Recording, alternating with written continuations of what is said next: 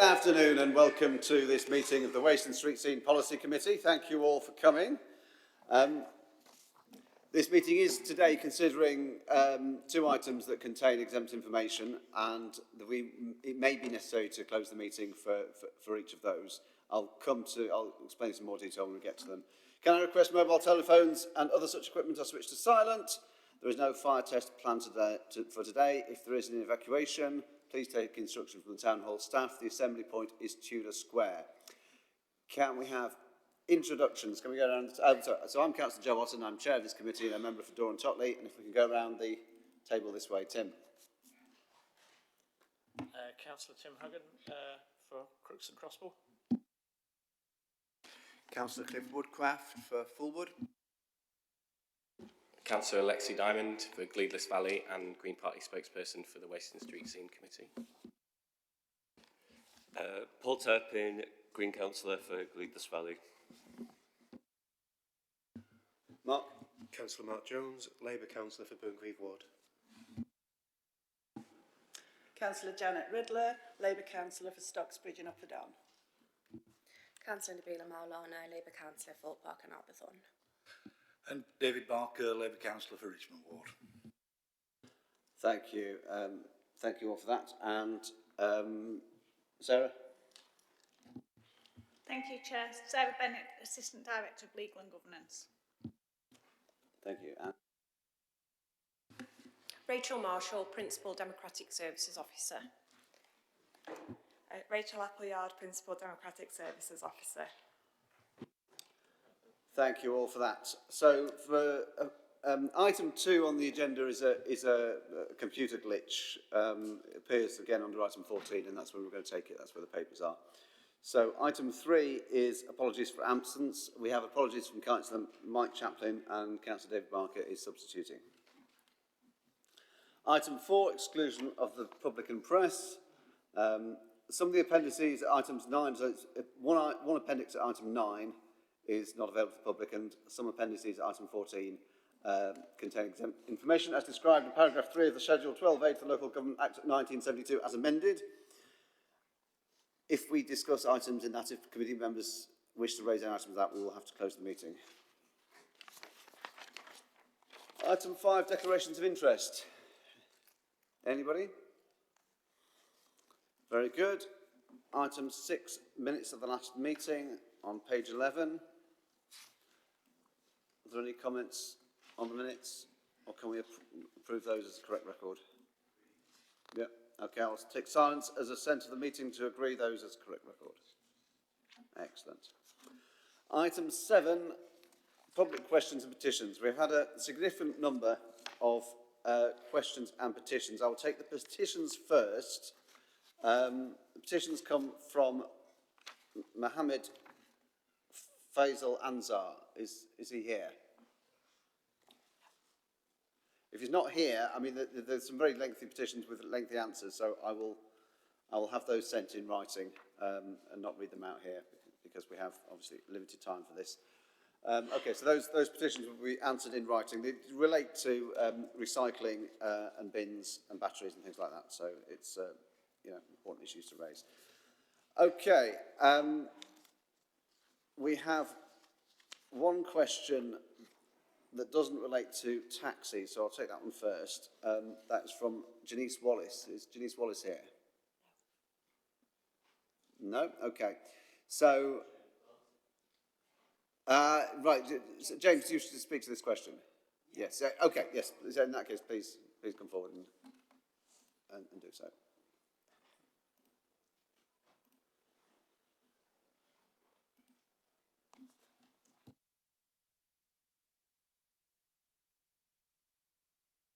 Right, good afternoon everyone. So I'm asking this on behalf of Janice, who isn't able to make it this afternoon. The plans to dim street lights is concerning for many in the visually impaired community. Such changes can leave people with degrading eye conditions becoming more distressed and losing independence and social interaction earlier, amongst many other aspects. Will the dimming proposals be given a trial at a meaningful time of year when nights are at their darkest to ensure a fair evaluation and one extra bit from me on the same topic, if that's okay, Chair. Well, no, let's deal with them one at a time. So the answer I have on the street lighting, obviously the street lighting dimming proposals will be subject to public consultation, including appropriate trial dimming, and will be presented to the committee and agreed with members prior to implementation. I mean, I would add that members of this committee have also been out to see sort of trials of different levels of street lighting, and there are, under the current lighting regime, we use an 80% of max level of lighting and a 40% at different times of the day and in different places. So I would be interested in your views on what the current standards of lighting are at various times of day, because obviously that, I wasn't aware we turned anything down to 40% until we did this, because it's, the lower levels are brighter than I thought they would have been. So I hope that we can take on board your comments when designing the consultation, because that is what you're asking for, and that's what we need to get right. Okay, so you do have a second question, seeing as you're sat there, and it does relate to taxis, but yes, why don't you go ahead with that? Regarding the street lighting, note the proposals for further dimming street lighting. Will the lighting levels remain at or above the British standards that are set, or will the proposed levels take things below those national standards? Thank you. So the answer I have in front of me is the same as the answer to your previous question. Yeah. Do you want to ask your question relating to taxis? On behalf of Disability Sheffield, we are pleased to see the retention of all Hackney carriages in Sheffield being wheelchair accessible vehicles. This will help to ensure a more accessible welcome to the city, amongst other benefits. We are tentatively welcoming the introduction of permission for rear loading vehicles, as this will also, we believe, help many users. However, I would encourage the council to make sure that they are reviewing whether all taxi ranks are definitely suitable and make adjustments to them in terms of rear loading vehicles if needed. That's the one risk that we have highlighted before in consultations, and I want to ensure it's not lost, please. Thank you. Thank you. The licensing authority will work alongside other council services and organisations to ensure, where possible, that any adjustments to the built environment are considered. Thank you, Mr. Martin.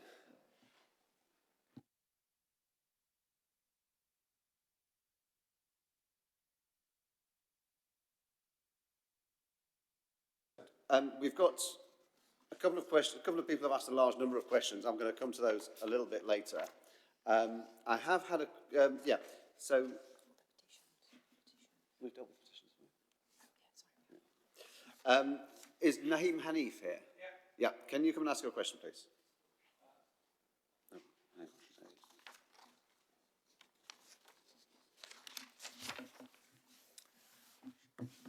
What contingency plans has the council made if 88% of drivers that own non-compliant, CAS-compliant taxis decide to leave the Hackney trade and join Uber, Bolt or City, where they can earn more and have access to a wider range of cheaper vehicles?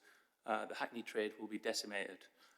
Question number 2, I've been looking for a Mercedes Vito taxi because I need a minimum of 6 seats. I've tried all the dealers, including Cab Direct, Taxifix, Birmingham Taxi Warehouse. None of them can supply me a Vito taxi. I can't afford the TX5. What am I supposed to do? And my final question is, I've looked at the electric Mercedes e-Vito, which has room for 8 passengers and 2+ foldable wheelchairs. But this is not a Hackney. So if we're serious about clean air in Sheffield, why wouldn't you allow mixed fleet? Why don't you allow a full electric that is not a Hackney, not a full Hackney? Thank you. So, in answer to question 1, the licensing authority is proposing a change to policy that will allow both side and rear loading vehicles, as well as allowing a Euro 6 standard vehicle that is under 7 years old. This will allow a greater number of vehicles to be licensed. The Clean Air Zone is funded by the Department for Environment, Food and Rural Affairs and forms part of their national clean air strategy to tackle air pollution, including roadside nitrogen dioxide concentrations in the UK. DEFRA have awarded funding to Sheffield City Council to support people most impacted by the CAS to upgrade or replace their vehicle. In response to stakeholder feedback and in light of the cost of living crisis, the Council has negotiated with DEFRA to make sure that funding packages available are the best deal possible within the constraints, such as offering grant and low-interest loan options, increasing the maximum value for Hackney taxis upgrading to a Euro 6 diesel or Euro 4 petrol engine up to £6,000, increasing the maximum value for Hackney taxis upgrade to an electric vehicle up to £10,000, making retrospective funding available for those who have upgraded or replaced their vehicle in response to the CAS since 26th of October 2021. Scheme launch date TBC, I've got written down here. I'm aware of the conversation on the radio on Toby Foster's programme the other day. Secured a temporary exemption for Hackney Carriage owners licensed with Sheffield City Council until 5th of June 2023, and temporary exemptions available for those who take up grant loan funding while they find a new vehicle or retrofit and until the vehicle or retrofit is supplied.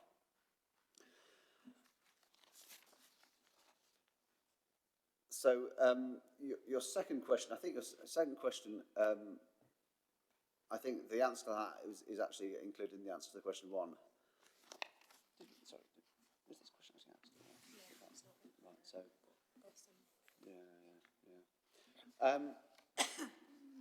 Basically, we're struggling to get taxis that are wheelchair accessible. So in the past 15 years as a Hackney driver, I've only had about 4 flag downs from wheelchair users. The rest, of the jobs have come through city taxis. If you're a disabled person, you're not going to sit outside your house and wait for a Hackney to go past. You're going to ring a company, aren't you? That's my argument. Why is the focus on the Hackney trade to be 100% wheelchair accessible when I believe no other council in the country has that? Yes, policy? thank you. That is your third question. I think you didn't ask it the first time. So it is important to maintain a standard whereby those with a disability, specifically wheelchair users, have adequate access to suitable vehicles. We are proposing a change to the current policy, as I said, allowing both side and rear loading vehicles and relaxing the age limits. This allows a greater number of vehicles to be available to be Hackney carriages. Other core cities, including Nottingham, Birmingham, Bristol, Liverpool and Greater Manchester Combined Authority all mandate a 100% wheelchair accessible fleet. Some authorities, Leeds and Barnsley, that do not mandate a 100% wheelchair accessible fleet are seeing wheelchair accessible vehicles undertaking much of the contract work, leaving little to no vehicles available at ranks. And then, so the final question I think that you asked was about the electric Mercedes e-Vito. And again, the answer to that is the same as the answers that, is including the answers I've already given. So thank you for asking your questions. I'm sorry that the answers aren't maybe not what you wanted, but I think we are moving a considerable way to make it easier in terms of the age limits and the types of vehicles for people to maintain Hackney carriage. Just one final point. I think by not having mixed fleet, it's going to push Hackney drivers towards either leaving the trade altogether or towards private hire, in which case there won't be hardly any Hackneys left then, because it's cheaper to buy a private hire vehicle at £15,000 and you can earn more money. Thank you. I can't make a dialogue now because other people wanted Thank questions. You. So can I have Javid Khan, please?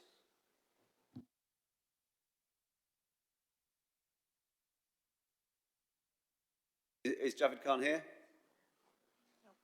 No. Okay. So if Javid Khan's not here, then those answers will those questions will be answered in writing.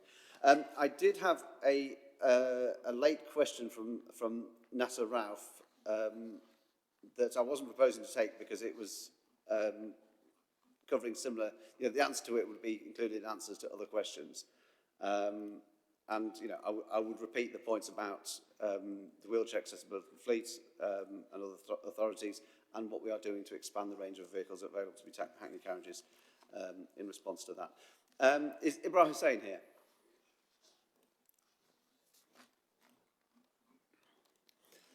How long have we got left for public questions?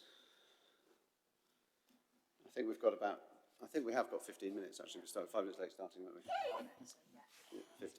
15 minutes. Right, Ibrahim, you've got 15 minutes. That includes the answers. So obviously, if either of us runs out of time, then let's get going. yeah. Okay. You should have my questions before you and also an email which I sent to all the members of the policy committee with regards to the certain amendments I have proposed as well. Chair, I hope all the members have received that. As for my questions, please confirm list in order future policies affecting taxi and private hire trade coming before this policy committee in year 2023. Forward plan: 1. Fees review when? Review of additional independent approved test centres. Review of vehicle MOT testing criteria of both Hackney and private hire. IT provision in taxi licensing service. To both officers from licensing service and councillors, why have you not given a serious consideration to allowing saloon vehicles as a Hackney carriage vehicle and followed lease model? I think I've heard the response standard, but I might get that. How will you implement car reader machine as outlined in a Hackney carriage vehicle license condition and enforcement action if conditions not applied? In the condition is hidden away in D, but it needs to be a lot more clearer. That will be implemented, but is welcomed. What publicity will licensing service give to promoting to general public of Hackney carriage license conditions of having car reader machines and its use as a condition of use? What steps or real enforcement has licensing service taken practically today to stop overcharging and misuse of refusing smaller jobs, etc.? So far, no evidence in action. Seen it's a total failure, needs in-depth response with data and action plan to implement. What steps has the licensing service taken and working with other local authorities, enforcement officers to stop or enforce taxi and private hire laws in Sheffield when out of town vehicles are working in Sheffield? 2022-2023, give a full in-depth response, please. These are my questions, Chair. Before you is the report, and I do hope that what I have put forward to you today with regard to the amendments, especially on Euro 6, the late Reg 65, which is a 6 months difference, I'm asking to allow them, so if you can, some kind of wording could be found, as I've said, to allow Euro 6, so we can have, it's a 6 months difference only, it will make it 7.5 years, but if you allow the Euro 6s, as the Euro 6, not up to 7 years, it will help and assist the trade, the drivers, because the biggest struggle now is to find a vehicle in the United Kingdom, not in England, in the United Kingdom. There are no vehicles available. When the vehicles are available, they are extortion, so we need to help and assist with all the policies you have.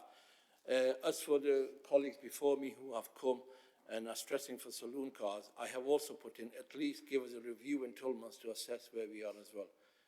I think we need to help the trade because we are all struggling to find a vehicle and then find a cheaper vehicle. 60% of the prices of the vehicles have increased since the COVID, and availability is difficult as well. Thank you very much.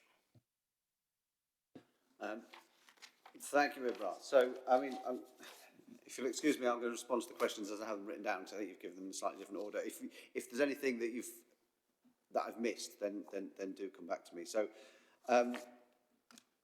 so the first question was about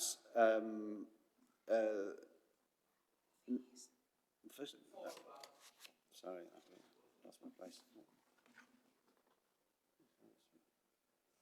Oh yes.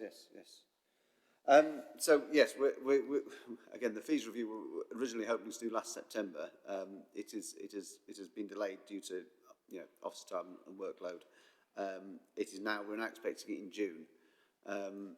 I'm not sure why you keep asking for it, because it's not going to be good news. So the fees are going to go up because It's not a good news. It's not been there for 7 years, Chair. We've been objected, and I'm getting ready to object again. I'm sure you'll object, but we are spending more on the service than we are raising in fees, and therefore the fees, when they are reviewed, will go up. So, so your next question.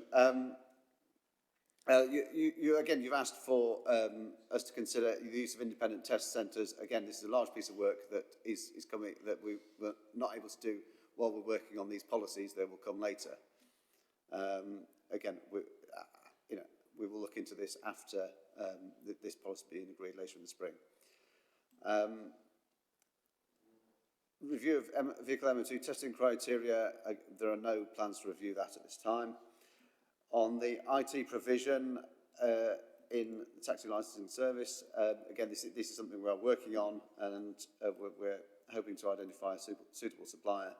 But I think the point is very well made that we do recognise the value of having an online portal for drivers to be able to interact with the service. I just respond on that, Chair, because this has been ongoing for years, and I just want to this on the record. This is a total failure that the council with IT provision to the taxi trade, when we have paying fees over the odds and we don't get the service we deserve. We get this every time. This is not acceptable. So your next question is on the use of saloon cars. I think that has already been answered. The following question is on the use of card readers. The policy is correct me if I'm wrong, somebody, but I think the policy is cashless payments. We're not mandating any particular system for cashless payments. Chair, point of order. We're going to be doing a consultation on fees for taxes and such like, and I'm sure it was just a slip of the tongue, but we can't do a consultation on a programme that's already been, the outcome's already been preconsidered, predetermined. So, yeah, that is causing a bit of anxiety on my behalf, for sure. Sorry, Chair. Okay, so let me put it this way. Yeah, you're quite right. It's not certain that the fees will go up, but it is clear that the service is running at a loss relative to its fees, and that the budget we have been given has a saving in it that we recover those losses. So yes, that policy could be changed higher up than here in the council. I think that's a bit better worded. Yes. Chair. No, well, no, I'm not going to engage in a discussion on this. I was trying to be helpful and frank with the reality of the situation that you face. I didn't want to, and Councillor Jones is quite right to pull me up on it, but it's not a matter for further discussion at this point. When it comes, then I'm sure we'll hear your views on it. Okay, so where are we up to? Publicity on the use of card readers. We don't have any plans for this, but I'm quite happy to. We will talk to our comms team and the station to see if they want to do some publicity to that. Personally, I'm quite happy if you want me to appear in a video using your cashless payment system, and we could stick it on the council's YouTube. I'm very happy to do that.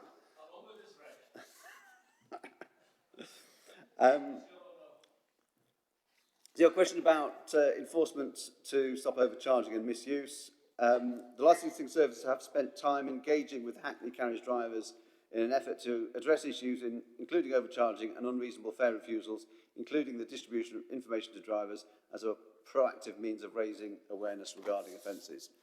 The licensing service is considering further options, including test purchase operations, and where there is sufficient evidence, the licensing service will always seek to take appropriate action, which may include, but is not limited to, prosecution and licence reviews. In cases where the licensing service receive complaints of overcharging or unreasonable fare refusal, the service will always investigate, and where the necessary evidence is available, take appropriate action. Enforcement officers have recently taken action against several drivers for offences witnessed by officers in and around the city centre and more. Appropriate action was taken against these drivers in line with the evidence available. So your final question that I have in front of me was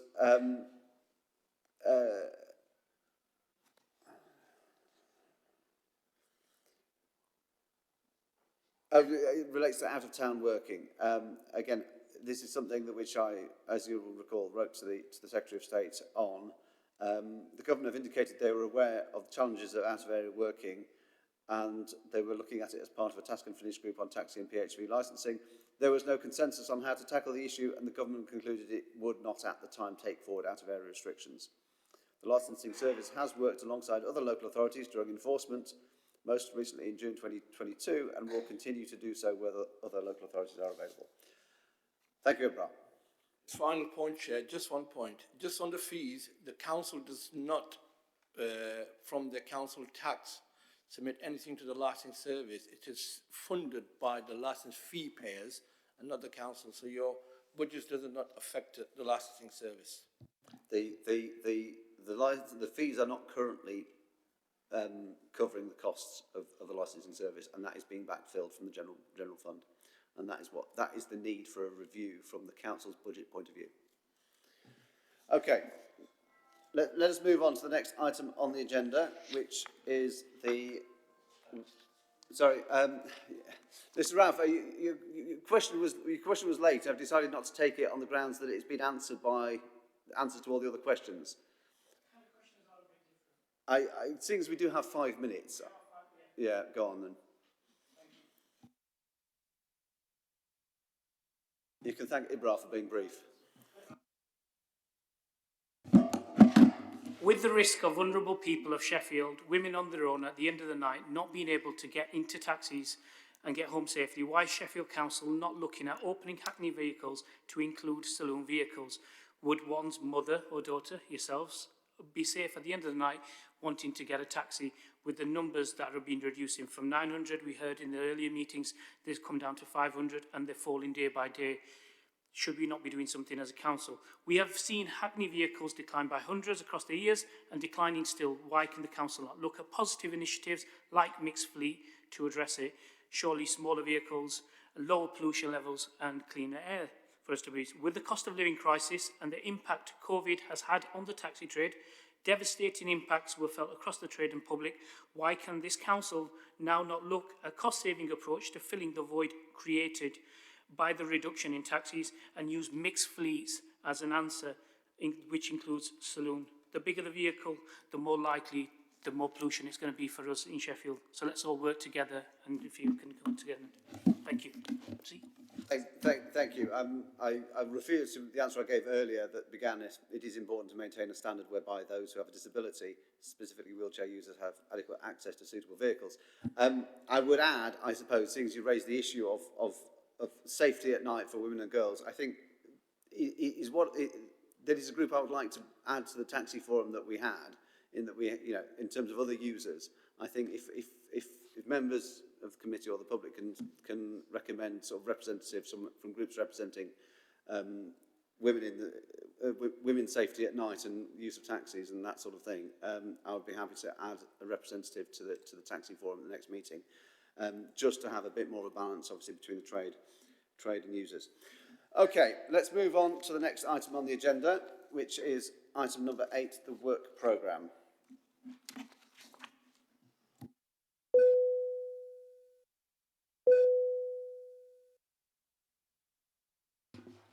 Thank you, Chair.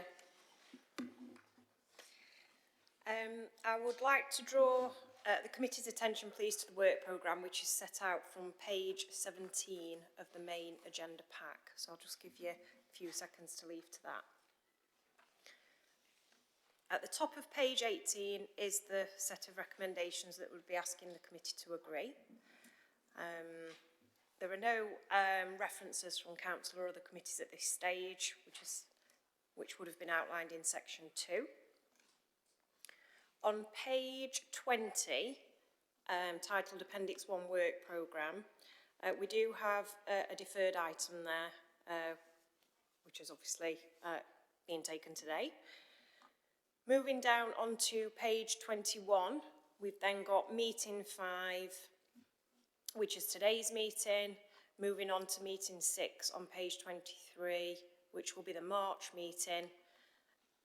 And then beyond that, we've got the future meetings. They are not set in the calendar yet for absolute clear dates, but they are being worked up. So we do have those future meetings there. As soon as we have clarification on those dates, they will be outlined in the work programme.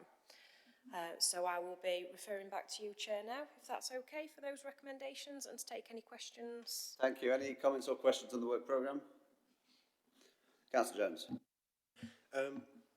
Would it be possible to get a briefing note and possibly future work programme on surface water flooding remediation? We've obviously got, we already set the agenda for nationally in terms of excellence for Greater Green and other such things. But being as the Amey contract's in here today, it kind of feels like, from the last meeting actually, I asked questions about that surface water flooding remediation.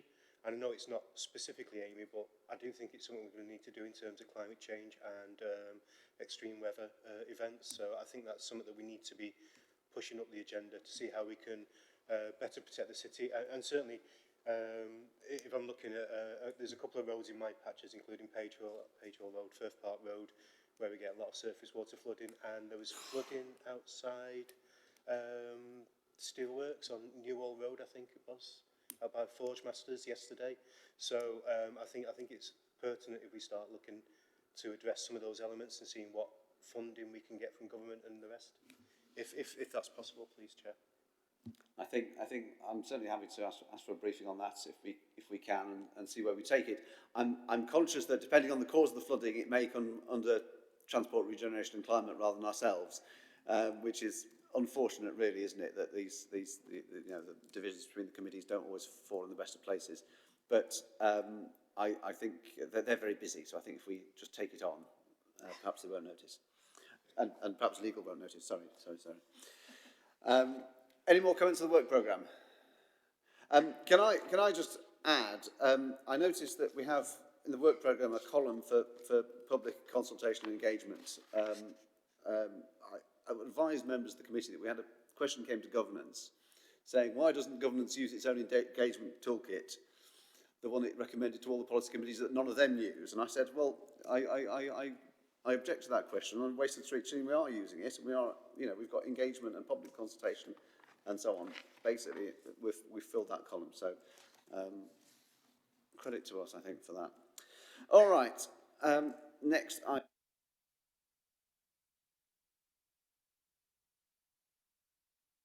so the next item is the Hackney Carriage Vehicle Licence Policy. Can we have officers come to present this and introduce themselves? Thank you.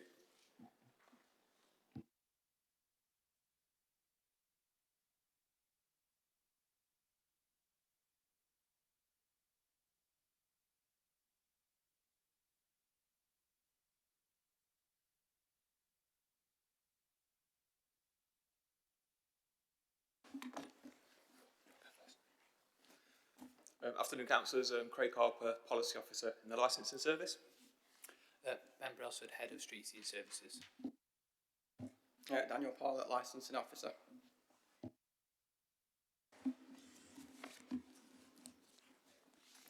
So thank you, Chair. So the purpose of this report is to seek approval of the Hackney Carriage Vehicle Licence Policy. Policy will provide information and guidance for applications, decision making and enforcement, and developing the policy will allow transparency, accountability and consistency for those applications. So we're recommending that the committee approve the policy to come into force on the 1st of March of this year. So as an authority, we are responsible for the regulation of Hackney carriage vehicles that are licensed in the district of Sheffield. The licensing authority doesn't have in place a policy at this time, rather it relies on the vehicle specification that was last updated in 2008.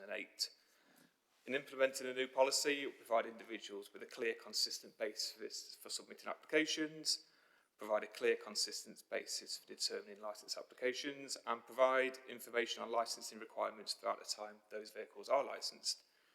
We carried out an 8-week consultation in March of last year. We received 76 responses, 74 of which were from licensees themselves. Amendments were made post-consultation, both informed by the consultation results and reflecting changes through new legislation and things that have happened in the period since we did consult on the policy. Views of the licensing committee were also sought at a briefing on the 27th of January this year. A few points were raised at that briefing, so consideration to permit Euro 6 compliant vehicles with age restrictions. Concerns were raised over the viability of allowing zero emission capable vehicles from 2027 due to the current supply and availability of such vehicles, and a consideration given to voluntary removal of vehicle partitions in rear loading vehicles where they're not always possible to be installed. An equality impact assessment was undertaken at the outset, and that's been under review throughout. There's no direct financial implications arising as a result of the policy. There is a risk that staff and processing costs may increase. However, there will be an opportunity to mitigate these through the future fees review. The policy must have regard to the statutory guidance that came out in July 2020.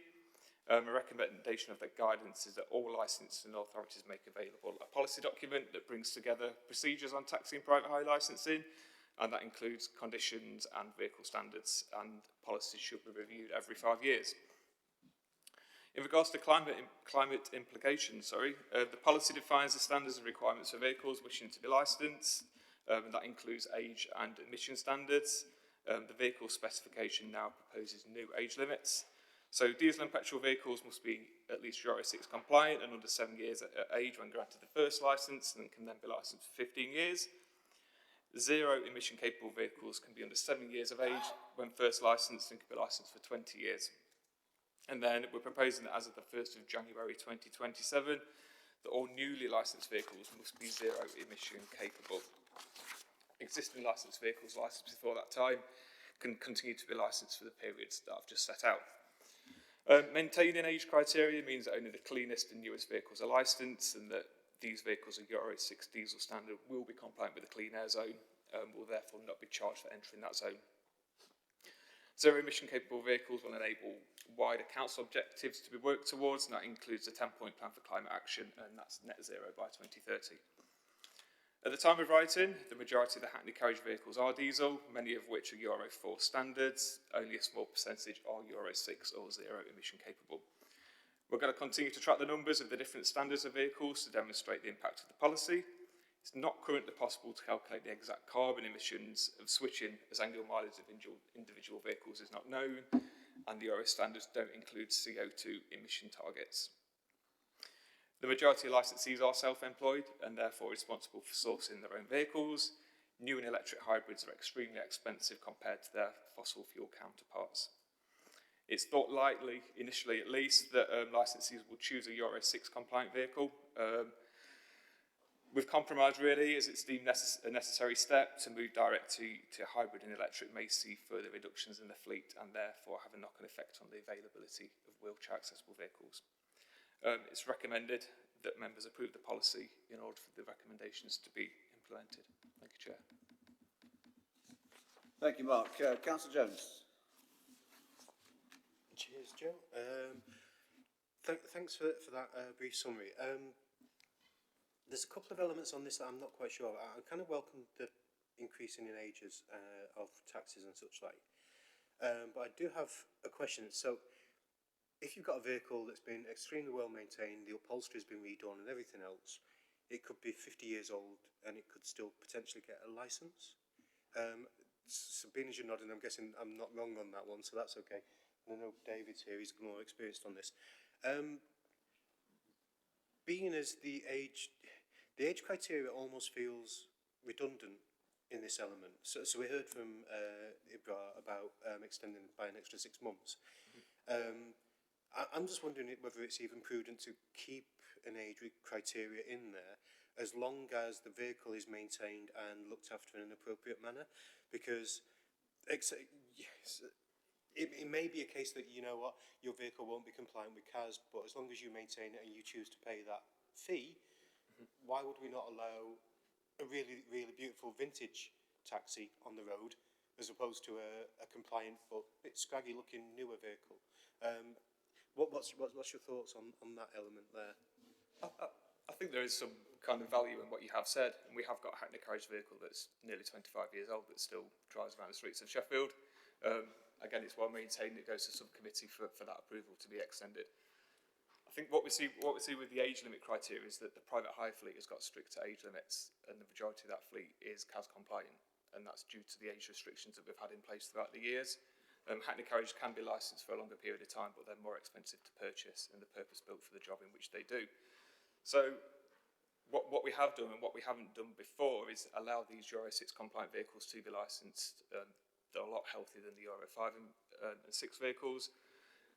What we want to do moving forwards, and I totally appreciate the questions from the trade, is that diesel vehicles are not as healthy as hybrid and electric vehicles. So that's why we've increased the age limit for zero emission capable vehicles to 20, yet kept the 15-year age limit for diesel. So hopefully the unhealthier diesel fossil fuel vehicles will come off sooner, and then we can move towards a healthier fleet. However, we are kind of at the mercy of vehicle manufacturers and what vehicles they do produce we can only write a policy with the information we have available. Things are changing very rapidly at the moment, so we may need to review this policy more frequently than the 5 years that I suggested. Maybe a review in 2 to 3 years, maybe more prudent, when we can see what effect this policy has had moving forwards. Thank you, Chair, for indulging me. Because one of the other elements is you mentioned the climate change impact assessments and such like. A significant amount of the carbon of that vehicle isn't the fuel it burns, it's the energy to make it. So anything we can do that addresses some of that element and sort of brings that age criteria and the freedom of drivers to make choices on the vehicles they have would be really helpful going forward.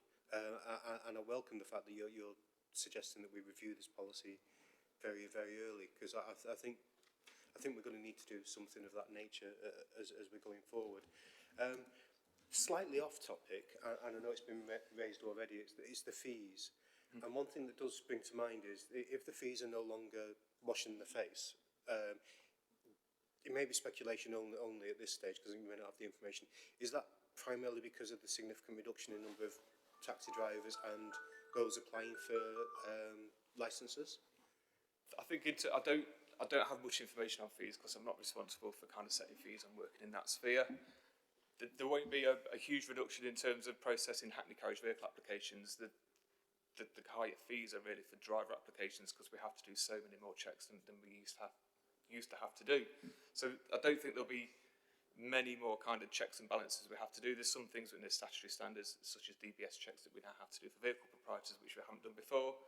And obviously our kind of time is what's charged for processing applications. So we did think about, can we reduce application fees for cleaner vehicles, but we can't. It takes the same amount of officer time to produce a licence for a diesel vehicle as it does for a zero emission capable vehicle. But yeah, the fees, we're working on a process with finance on that to see that we can get to a fair result for the trade ultimately. And just finally on that one, I'm not sure whether it's permissible because of the use of monies. The clean air zone, a lot of those fees may be borne by taxi trade and others in the early days, while the vehicles then become compliant. Would it be possible to use the revenues raised from the clean air zone to cross-subsidise the fees and other elements that need to be put in here? Is there any way of... I'm sure there will be a way of working out how much money is coming in from the taxi trade into the clean air zone levies, and then maybe work about how that could then be redistributed to better enable the trade to transform their vehicles, or maybe even change their pay for their fees. I really can't answer the question on what the clean air fees can and can't be used for, but what I can kind of inform members is that Hackney Carriage vehicles are exempt from charges until the 5th of June this year, due to this policy coming to committee at this late stage. And there's further exemptions as well for those people who have applied for finance. They can get a further, I think, 3-month extension if they've been approved. And then there can be a further exemption for those people who have ordered a vehicle, but it's taking time to kind of be delivered to them. So there is exemptions through the CAS to help the trade in that respect. We can look at vehicle extensions as the subcommittee. But in terms of if we can use the clean air funds to help drivers upgrade the vehicles or reduce licence fees, I wouldn't be able to kind of comment on that, I'm afraid. Chair, I think just say that, I mean, that is one for the Environment, Transport and Economy Committee really to consider rather than this one, I think. Yes, thank you. I mean, I was about to make the same point. The clean air zone, clean air policy, the whole the grant and loan regime sits with TRC, as does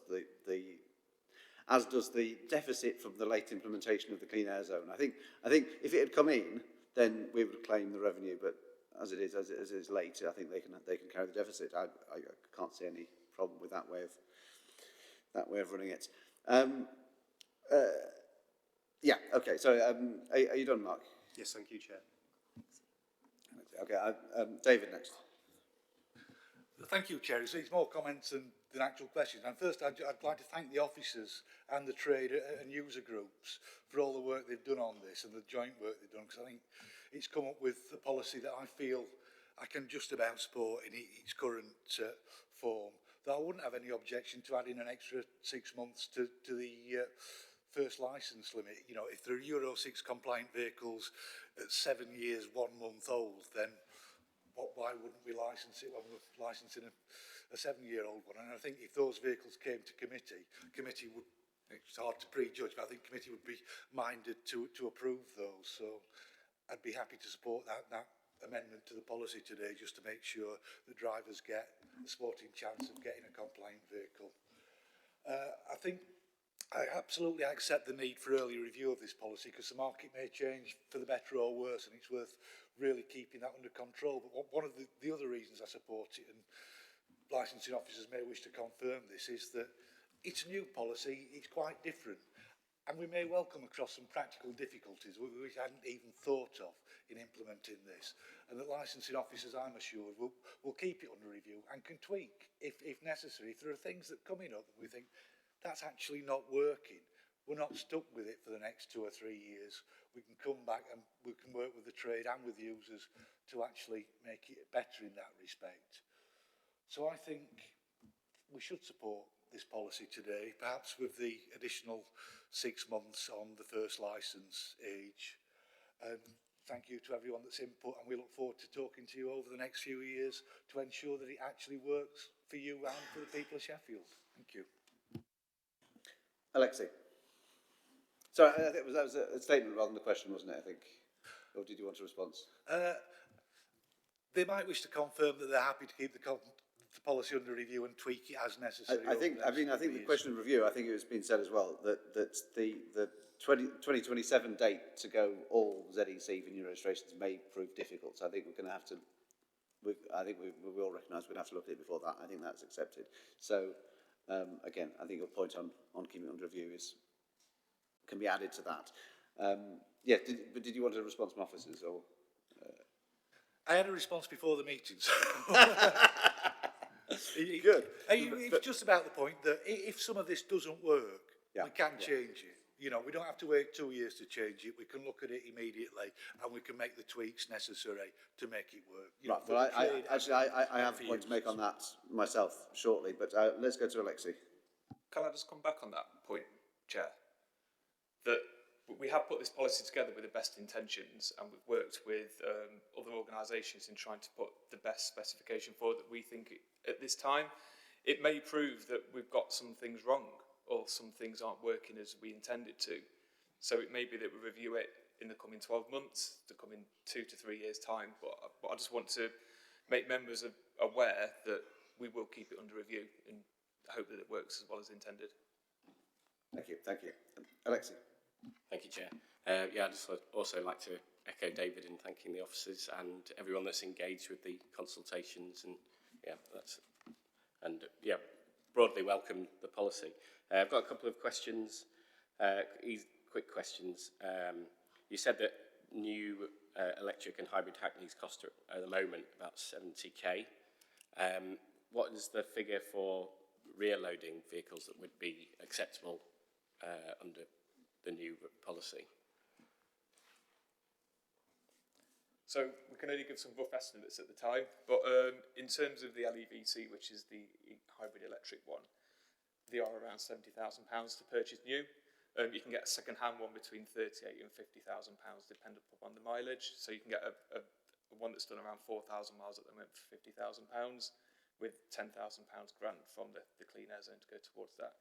In terms of rear-loading vehicles, it really depends on what type of vehicles that people look to purchase, but anywhere between kind of 19,000 all the way up to kind of £25,000 for a rear-loading vehicle. So they are somewhat cheaper than a traditional side-loading vehicle.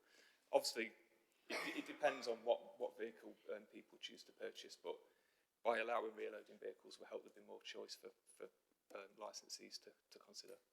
Thanks. So under the current policy, if we accept the recommendations and say that 2027 is when the date when all new licensed vehicles must be ZECs, we could still have diesel and petrol vehicles on the road until 2042, is that right? Yes, well, we're keeping the diesel kind of age limit at 15, so if someone buys one, the day before that 2027 date, I can't do that maths that quickly at the moment, but if that's 2042. I think it's been really difficult in terms of, there's been such a change in terms of vehicle production and the other challenges that are facing the UK at the moment in terms of the cost of living and Brexit and shortage of kind of vehicle parts at the moment. To that 2020, what we've done in writing it is taking into consideration of the council policies, which is the net zero kind of commitment in 2030. But we're beholden to the vehicle manufacturers. They're not producing enough of these particular vehicles. Then we can't expect licensees to go out and purchase them. It's just unworkable. Yeah. So that 2027 date, I think, has got to be flexible, and we've got to kind of tweak it or look at other ways of kind of, achieving that. So looking at the recommendations, I think the bits that, point 4.49 has been sort of foremost in my mind, because it's saying that we're going to encourage people to buy new vehicles that are only Euro 6. That's kind of like an unintended consequence, I think, that we wouldn't actually really want. But on the other hand, if we do want to have a wheelchair accessible fleet, which we do, then I think it's something that we have to, sort of stomach. So given that, I don't know, could we possibly suggest an amendment to review after 3 years rather than 5 years? And is there any potential that the council could have a feasibility study for a bulk procurement of ZECs? Because I think other councillors have done that. And if there was a bulk procurement, it could potentially bring the price down for the trade, and you might also have the option of renting them as well. I don't know the answer to the bulk procurement because the drivers are self-employed, so they're responsible for sourcing their own vehicles. I think if we were to procure them and then look at some kind of leasing or rental agreement, I'd have to speak to many of the departments to see how we went about that and the best way forward. Doesn't the council already have some? We've got some vehicles as part of the electric taxi trial scheme. Yeah. I'm not sure how are the capital and revenue funding in terms of keeping them on past the 2-year trial date. Again, I can go away and look at the answers to those particular questions and come back with an answer. Okay, that'll be good. I'm highly nervous about Honest Joe's used taxis, from the council. I don't intend to go into the taxi buying and selling business. I don't know if members of the trade be interested in buying through the council rather than through their own sources and connections. But sorry, do carry on. No, I think that was my question. But I think, obviously it makes sense if you bulk procure something, it brings potential to bring the price down, and suppliers will know that they've got that quota that they're building. But I think other councils have done similar. So, I don't think it's impossible. So it's not necessarily even hiring them, but bulk procurement in order to bring the price down for the trade. Something we could add to the work programme to look into.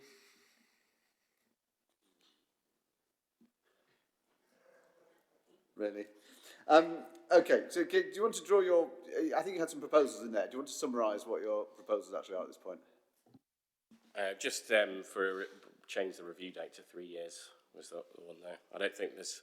I mean, if we did increase the age to 7.5 years, as been suggested, I think then we'd obviously have to do the same for ZECs and maybe even increase the age further. But I don't know if any ZECs exist that are more than 7 years old, so it's kind of pointless. But No, I think on that point, I think that's it's well made. I mean, we have in the private hire policy, we deliberately differentiated between Euro 6 and ZEC and gave a higher age of first registration for ZECs.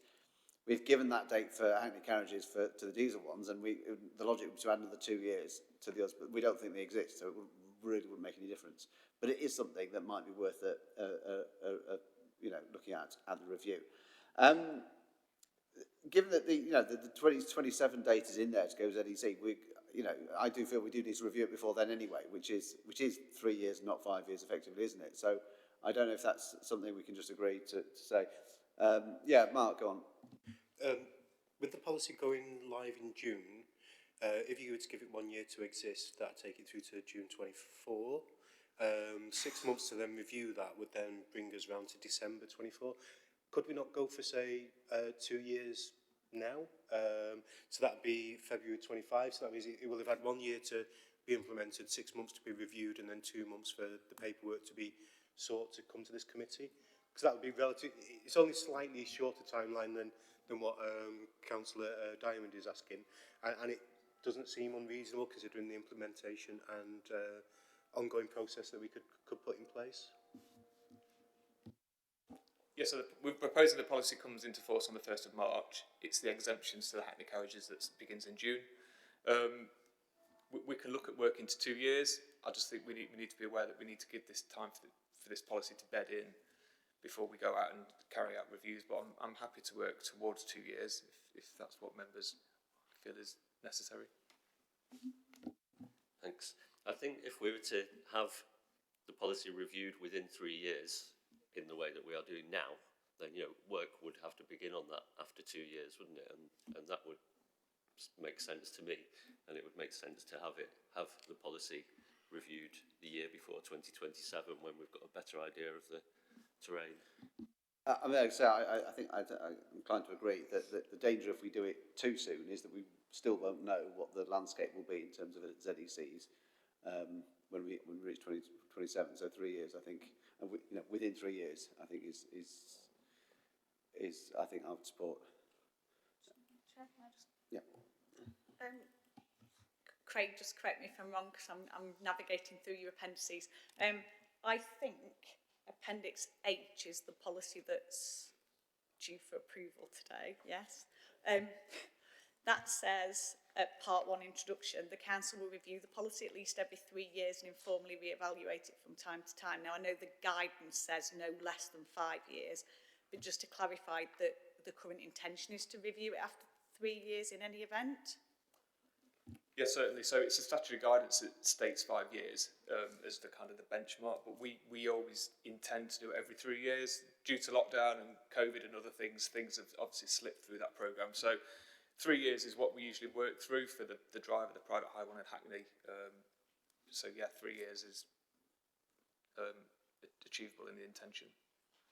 And just a further clarification, I think someone's just made the point that we'd probably have to start, I think it was Paul's just made the point that we'd have to start, you have a process you go through when you're reviewing. Would you say that normally takes around a year anyway with the consultation, is that right? Yeah, through the consultation, through reviewing it, setting out where we think we need to move towards consultations with the trade. I think we're well aware as a service that we need more consultation with those trade groups and more roundtable meetings before we actually draft something, so the trade aren't kind of surprised that something's been proposed. So yeah, I think 12 months is a good time frame to review something and get it to consultation for review. Chair, I think in that case, the proposal that's being put forward is what's already on the table in the policy. That's what I just wanted to clarify. Thank you. Thank you for that. That's very helpful. Yeah, and I agree. It is what your request has been honoured in the past without the use of time travel. So well done you, Tim. Yeah, I was going to say, because obviously we mustn't get away from the fact that Euro 6 is lower emission, not zero emission, which is what we're aiming for as a council for 2030 for everything.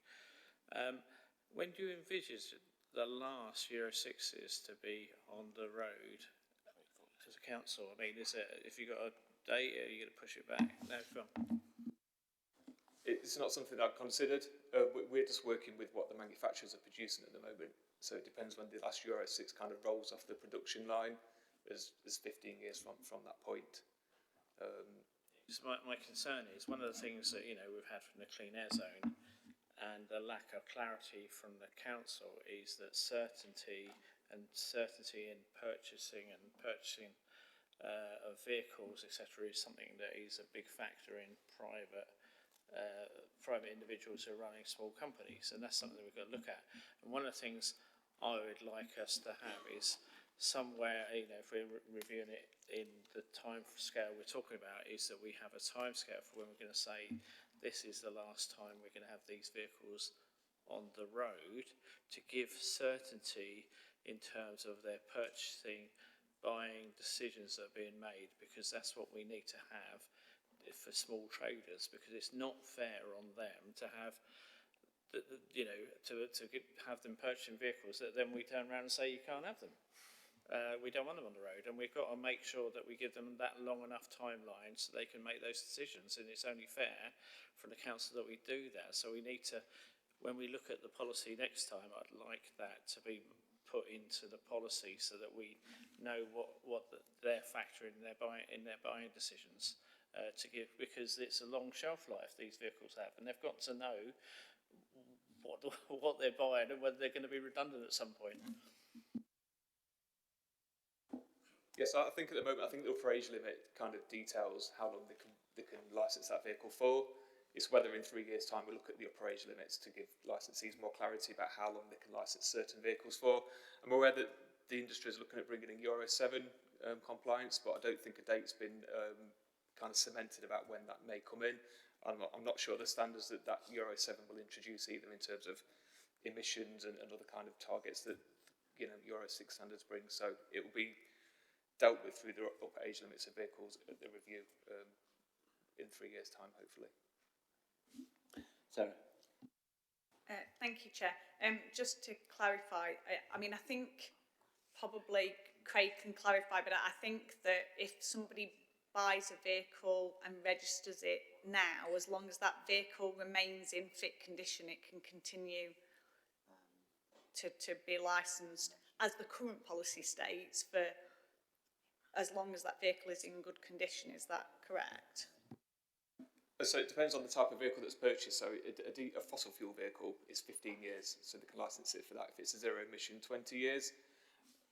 If it's kept in good condition, there's no reason they can't apply for an extension and go to the licensing subcommittee where they may grant a year-on-year extension if it's been well maintained. So there is a standard as the 15 and 20 years, and then exceptional vehicle criteria thereafter.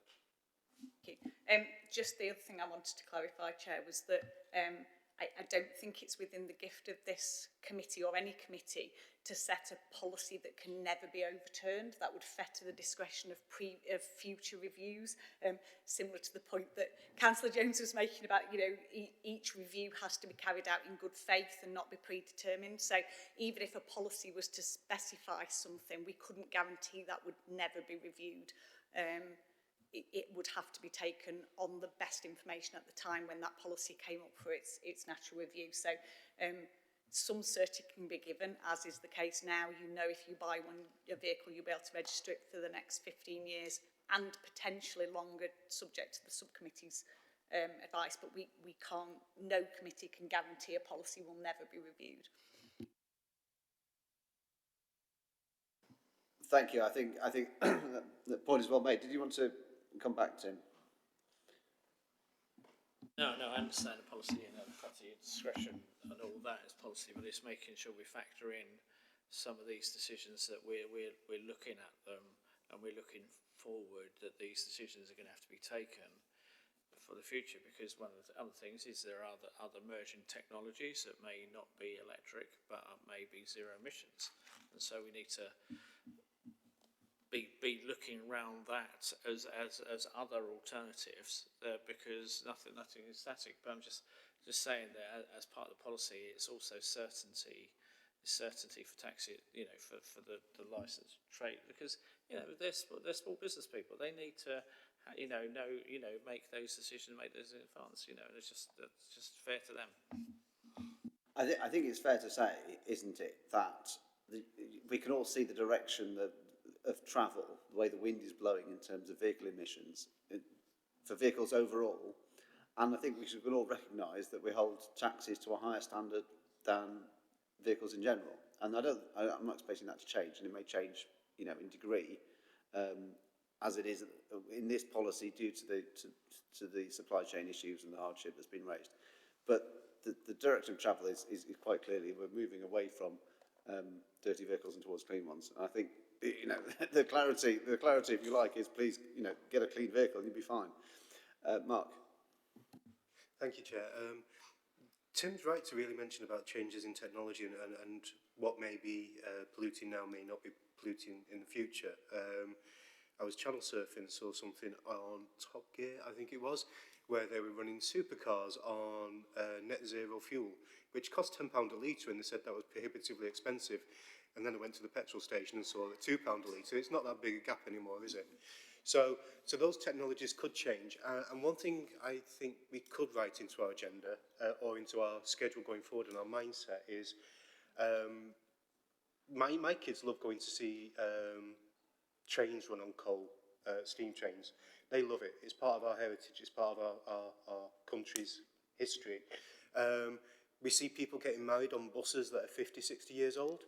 I think we need to be careful with this policy to not forget that taxis and motor vehicles, we want them to be as clean as possible, yes, but they're still part of our street scene, our heritage, and part of our city's image.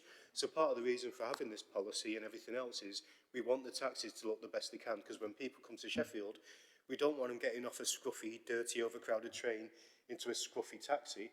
We want them to say, you've escaped that nasty little train, now you can get onto a nice clean taxi. And guess what? It's good for the environment as well. So I think part of that element needs to come into here. And that then allows taxi drivers, those guys that we do see at the ranks polishing their car, it's their pride and joy, to keep that vehicle running longer, and it's better for them.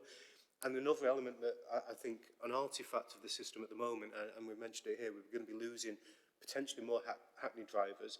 They'll be buying EV cars themselves. I'm really cautious, one, about the price of the EVs, and two, the fact that the battery may die on you, and the fact that when you buy an EV, you might not be buying it. You're just doing a bubble payment, and then you've got to give it back after 2, 3, 4, 5 years, whatever. So I think all those elements need to come in, and that's why I think we do need a review earlier. I'd still like to go for 2 years and 3 years, because that's already in the current policy. That's not really an amendment, but I can see we're probably not going to get that.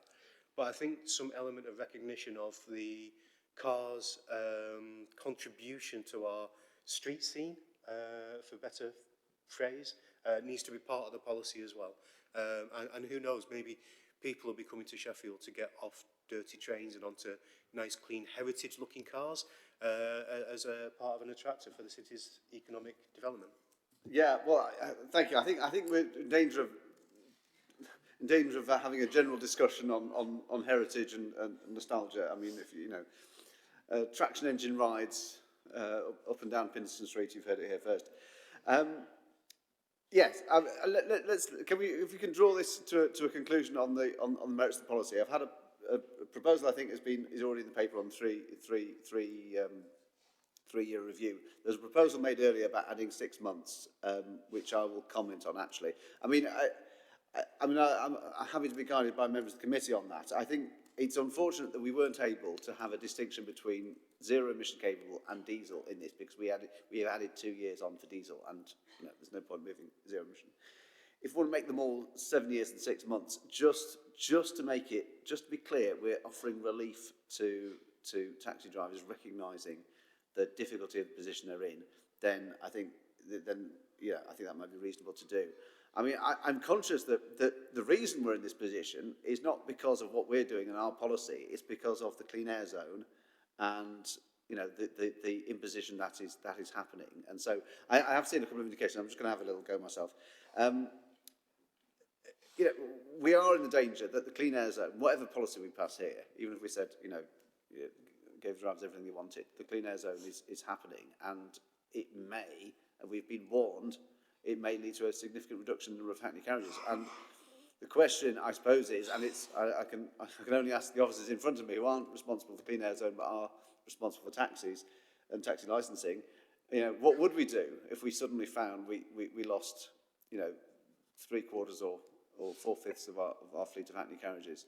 Is there a plan B, or is that something to go to Transport, Regeneration and Climate and say, why have we lost all these taxis? Please, can we have them back? I think even without the clean air zone, we've got an ageing fleet. So we've got a high percentage of vehicles that are 13, 14, 15 years old, which will have been coming off due to their natural kind of 15 years end of life, even without the clean air zone coming in.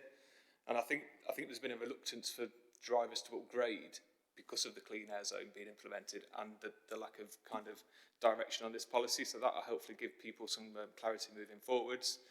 In terms of reductions, we have seen a reduction in the number of vehicles from 857, which was the upper limit, to I think we're operating at 506, looking at the figures today. We have seen a gradual decline. That's kind of settled around this number for the past 3 or 4 or 5 months now. But we can't really say at the moment what we will do if the number of vehicles drops off a cliff. Even with a mixed fleet that I know a lot of the trades mentioned, we'd still need to guarantee a percentage of WAV vehicles, and until that threshold has been met, we wouldn't then license saloon type vehicles, so that threshold may never be met.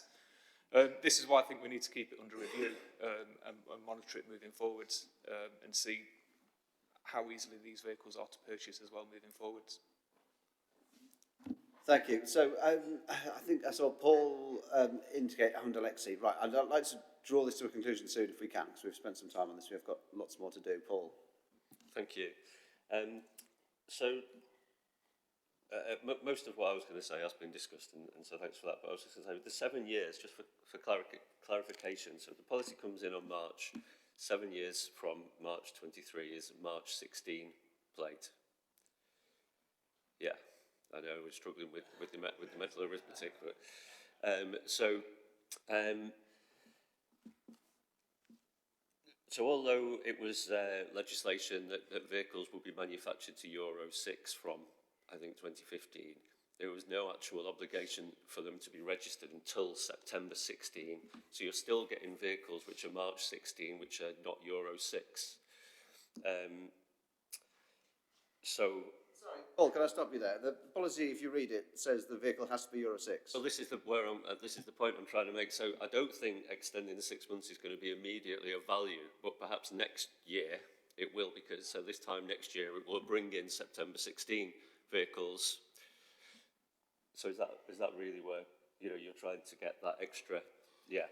So then the other point on that is within the rules of the Clean Air Zone, you can retrofit your vehicle, and there are grants available for retrofitting. So is there space for that, albeit it's only going to be a brief window of perhaps the next 12 months, of someone to have a retrofitted Euro 5 vehicle? My kind of understanding of retrofits is limited, but my understanding is that when you retrofit a vehicle, you take the non-compliant engine out and put a Euro 6 compliant engine in, and then retrofit that to run on LPG or whatever other types of fuel. So it will be Euro 6 compliant by its very nature of being retrofitted. It's usually the older vehicles that are retrofitted, but we've still got the upper age limit in place anyway. So whether retrofitting will be financially viable for a large proportion of vehicles, it probably won't. Can I just add on this? I think we did discuss having references to retrofitting in the policy, and we took it out because it was unclear what it meant, and because there are so many different possibilities of what you might retrofit to what. I think it is worth saying, look, if you get your taxi retrofitted and it is better than it was, then the licensing subcommittee will hear what you've got to say about it, and that's probably, bearing in mind the kind of standards that the policy is aiming for. I think the licensing subcommittees will make a reasonable judgment on it if necessary, and that's possibly the best way to go about it. Alexi. Yeah, I just wanted to come back to Tim's point that he made about net zero by 2030, and your point about differentiating between the Euro 6 and ZECs. I think we have considered this, and the only way you would be able to do it is to reduce the licensing age from 15. If you put it down to 5 years, then it would be 2032. But then we've already, given that that's going to decimate the fleet, is what we've got. I think we've got to be pragmatic. Yeah, thank you for that. I think that's what we did. I read that as being the mood of the meeting, that we've got to be pragmatic on that point. Okay. I still have before us the proposal to go for 7 years, 6 months for the age at first registration. I think for both types of vehicles that would be. Is the committee happy with that, or does anyone want to comment on that? Yeah, is everyone happy? Can we agree that as an amendment? I guess it will go on. Had it in front of me. Yeah, Paul. Thanks. I think as a gesture to the taxi drivers and their industry, I think we'd be willing to support the extra 6 months. We do know that second-hand vehicles have gone up in price since approximately lockdown came in. Okay, so that amendment would be on the policy on page 426 of the pack, age criteria, and where it says 7 years, on both occasions of 7 years would be 7 years and 6 months. Is that clear? Have we got that? And I'm taking silence as assent to that amendment. Right, can we move on to the recommendations then, please? Are we prepared to agree the recommendations in front of us? I will take silence as the agreement of the meeting. Chair, can I just be clear, given the amendment that you've all just agreed, what you are recommending is, or proposing is that the committee approve the Hackney Carriage vehicle licence policy as set out in Appendix H, but with the amendment to amend the age of first registration to 7 years and 6 months. Yes, for both vehicle types, yes. Yes, I'll take silence as assent on the correctly stated resolution. Thank you. Yeah. Okay. Thank you. That's agreed. Very good. Thank you all. Thank you to everybody who came for that item. I hope that we've given you some relief in relatively difficult times. The problems you face are not our creation, but those of the clean air zone. So please direct your fury at them. It's all the government's fault. Well, I mean, it's partly the government's fault, but obviously the council also has a role in setting it up, and it is something that is needed to get our air within legal limits. It is frustrating, isn't it, that the process for approving grants and loans has not worked for everybody, as we did here on the radio the other day, and I do hope we can get that sorted. Mark. Trying to be helpful here. I know it's unusual, so I'm breaking a habit here.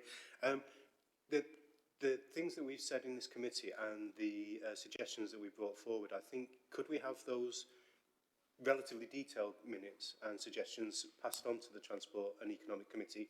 Because obviously it is frustrating that this thing sits across several churches in this respect, and we want to make sure that they're cognizant of where we want to see this policy going, so we can start to feed into the future programmes as they go forward, if that's okay with you, Chair.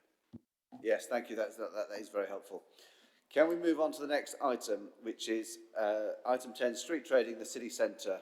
Can I have Steve Lanier come and introduce yourself in the report? Thank you. Thank you all for coming.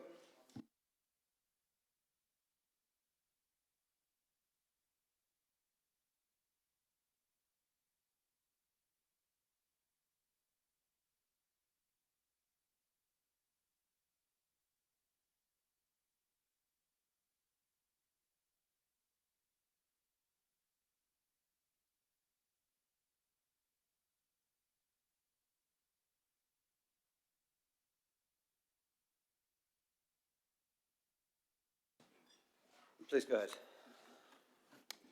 Thanks, Chair. Good afternoon, everybody. Report. The purpose of the report sets out the public consultation, or should I really say the lack of response to public consultation, to change the designation of streets in the city centre from consent streets to prohibited streets under the Local Government Miscellaneous Provisions Act. I just want to make sure that we do get in the resolution at the end that obviously the remainder of the city does remain consent streets. I'm not going to go in detail into this report, Chair. We've had two previous reports about this subject. The first one for you to agree that we go out to consultation, and the second one, if you remember last month, around the new market scheme and the licences and the fees. So obviously a lot of work's been done.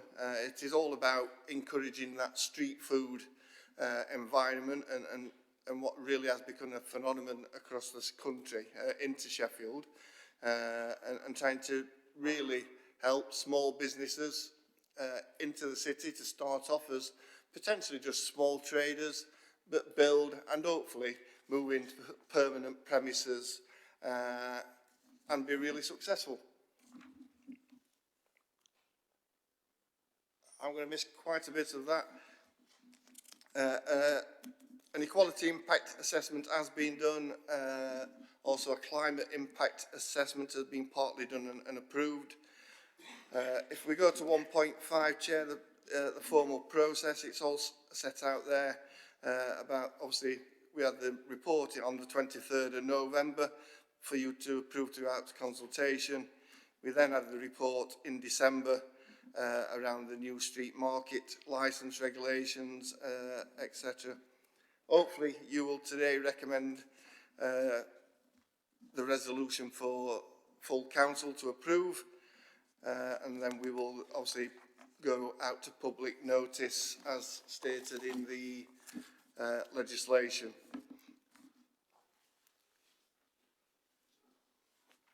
There has been consultation throughout, really, way back to last August. I've had many face-to-face meetings with all the individual traders concerned. We obviously then did do the formal consultation, and I think the reason that there wasn't really any response to the formal consultation is that we had met them on 2 or 3 occasions before that and listened to their verbal representations, and we've taken many of those on board, and I know you as members at the last meeting, we amended the regulations and the requirements that we were asking of them.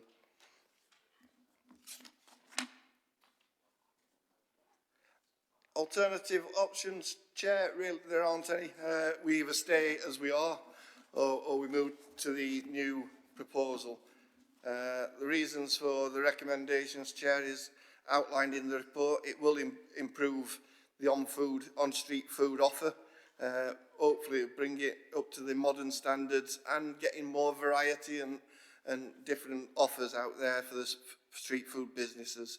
And obviously, we ask that you approve the recommendation, put the resolution forward to full council in March.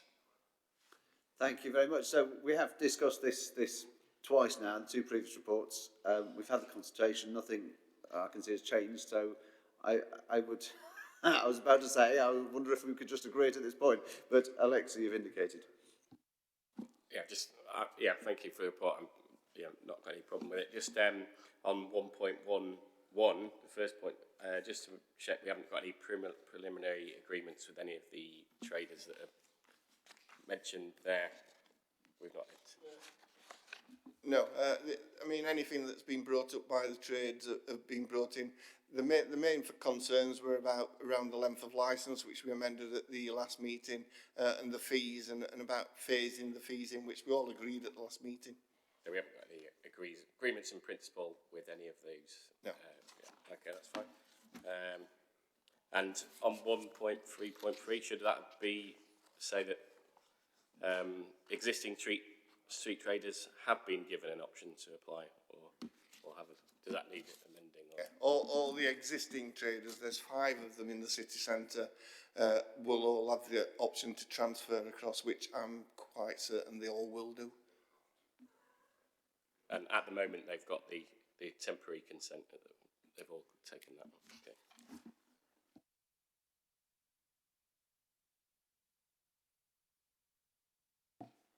Okay, are we all, any more comments or questions, or are we happy to agree this? Mark? I guess it is a bit of a question, and a comment to an extent. Partly what we're trying to do is see a diversification and growth of the street scene offer across the city centre to kind of increase the attractiveness to get people in. When will we be reviewing the profile of those applying for new street trading licences? When will we be able to see what that looks like, so we can see whether it's actually delivering on its intention? I'm not sure who that's for. I've not really considered that, but I'm quite happy to come back in 12 months, 18 months time and report on what sort of uptake we've had and what we have achieved, really. I think that would be probably quite beneficial. Yeah, I think that's right. It's not something that we've considered. Whether that is something that would need to come to committee or to just members for a steer, or whether it's an officer. In terms of individual contracts, it is an officer level decision. I think generally in this sort of case, it's not something for members to say, well, I really want Thai food. Can I have some here? It's not really. I think that wouldn't be appropriate. Tim. I don't want to delay this too much, but if you are going to do any review, part of it is what is there to prevent there being a monopoly established by, in terms of the licences, where basically in the end one street trader controls all the licences, and that would go directly against this policy where we're trying to diversify, etc., and how we're going to make sure that doesn't happen. I mean, at the moment, it doesn't look like it is going to, but it's something we need to have factored in our policy at some point in the future as we develop it. Yeah, I can understand certainly what you're saying. I think it'd be very difficult for one trader to get all the sort of consents or whatever in the city. I'm not certain that any of them are big enough businesses, and the intention is to get that variety and vibrancy back in the city. But yeah, it's certainly something we probably should be looking at and including in any revised policy. Paul. Thanks, Joe. You thought this would be an easy one, didn't you? But I've got to say that when we last discussed this in a working group, there was an amendment that we asked for that hasn't been made. So now I'm just assuming that the other things we asked for haven't been amended either. And two things that I'll raise are we asked that there would be something in there that says if an electricity supply is available, then it has to be used, that you can't have someone who uses diesel or gas if they have an electricity supply. So I can't see that, correct me if I'm wrong. And the other thing is the line in 4.4.4, which is we will encourage the use of compostable materials for serving food, not we will stipulate, and that's really leaves the door open, in my opinion. Just to clarify, Chair, that this proposal has come in two parts. So the current situation in the city as a whole is that we have consent streets for street trading. This report is about the proposal to change the ones immediately within the city centre to prohibited streets, so you would not be able to get a street trading licence. The simultaneous, or concurrent but separate process is that Steve brought to you proposals on the market trading. So the items that Councillor Turpin's referring to were to do with the market trading policy. So I wouldn't have expected those to be in this report, because this is just asking you about the street trading designation. So I don't think it's that they've not been included, it's a different part of the process. Thank you for that clarification. I would add, if it's any help, Paul, that obviously the street trading consent regime is more permissive inherently in its nature. That if somebody and the market licensing regime gives us more control over what licensees do and who we give licenses to, and therefore issues such as the use of disposable cutlery or whatever it is something that on the use of electricity, which I think are both good points, are things that we have more control over in this regime than we would have previously. So I think on that basis you should be satisfied in supporting the proposal. Steve. Yeah, sorry, I probably ought to have made it a bit clearer in the report, but yeah, they have both been taken on board. Yeah. Can I move to a decision on this then, please? I will take silence as the agreement of the meeting in support of the recommendations on page 476. Thank you. Okay. So, resolved unanimously, yes. Item 11, electric vehicle charger fees and charges. Thank you, Steve, for that. Electric vehicle charger fees and charges. If you want to introduce yourselves and the report.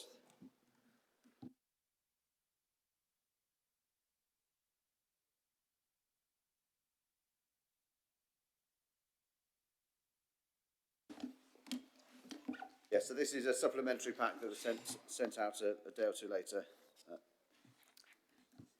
Good afternoon, I'm Sabia Hanif, Interim Parking Services Manager. And I'm Ben Brailsford, Head of Streets and Services. Okay, I'll just provide a quick brief outline of the report for the electric vehicle charging units for fees and charges. The proposal is to seek the approval to increase the current tariffs for the price to be charged to motorists using the Sheffield City Council's rapid electric vehicle chargers. It's also to seek approval of the price to be charged to motorists using Sheffield City Council's new fast electric vehicle chargers. Just to provide a bit of a background information around the electrical vehicle network, rapid chargers were first installed in March 21. These were funded by the EMF Early Measures Fund, the Government Joint Air Quality Unit, and National Highways, which previously was known as National Highways England, and the Low Ultra Emission Taxi Infrastructure Scheme. This was for 27 rapid chargers. 10 charging points are assigned to Hackney Carriage, taxis and private hire vehicles as a condition of the funding. And remaining 17 are the public as well as taxi vehicles. 20 became operational from 21 onwards, and 7 are to come into operation shortly following the resolution of contractual issues related to the original supplier going into administration. The current rapid chargers enable the fully electric vehicle to charge to approximately about 80% of its battery capacity between 30 to 40 minutes, depending on the vehicle model.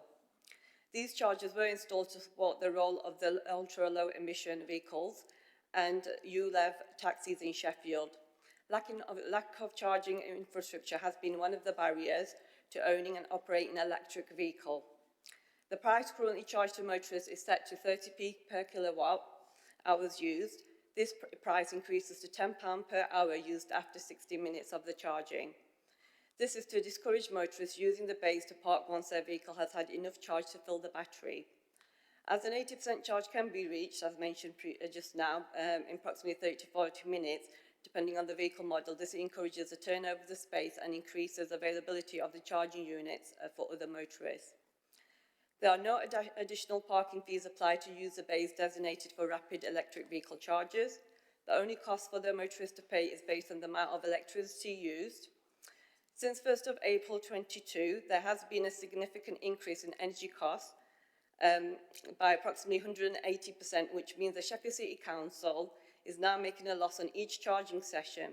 The Council's current tariff is the cheapest in the market, and the utilisation has increased around about 170% from April to December 22. The proposed tariffs are based around the utilisation levels from prior to 1st of April 22 to reflect the accurate usage levels. Further, the strategic rationale for the Council to install and operate electric vehicle charging units is to support access to essential infrastructure, which has been identified as a barrier to transferring to low-emission electric vehicles rather than to subside the cost of operating the electric vehicle. Further, 2 new rapid and 46 fast chargers are added to the current network, which are funded by the SYMCA, South Yorkshire Mayoral Combined Authority, across 10 locations, and the proposal is to set a fee for the new fast chargers. This is also using the framework contract procured by Barnsley Council as well, so which means that we will be working alongside 2 suppliers. Fast 7 kilowatt chargers need around 4 hours for a vehicle to reach 80% capacity, depending on the vehicle model, compared with the 30 to 40 minutes for rapid EV chargers, so their use will be slightly different. It is expected that vehicles will be plugged in longer than an hour to have their battery fully charged, so therefore the tariff will need to be different from the rapid electric vehicle chargers. Just to confirm, the local authority has the network ownership of these chargers. This is the own and operate model. It is the model that Sheffield has used to install the current infrastructure. A supplier appointed to install and manage the charge points is fully funded. The investment made in electric chargers begins to address some of the city's needs, but the projections show that the city requires more charging infrastructure than it already has.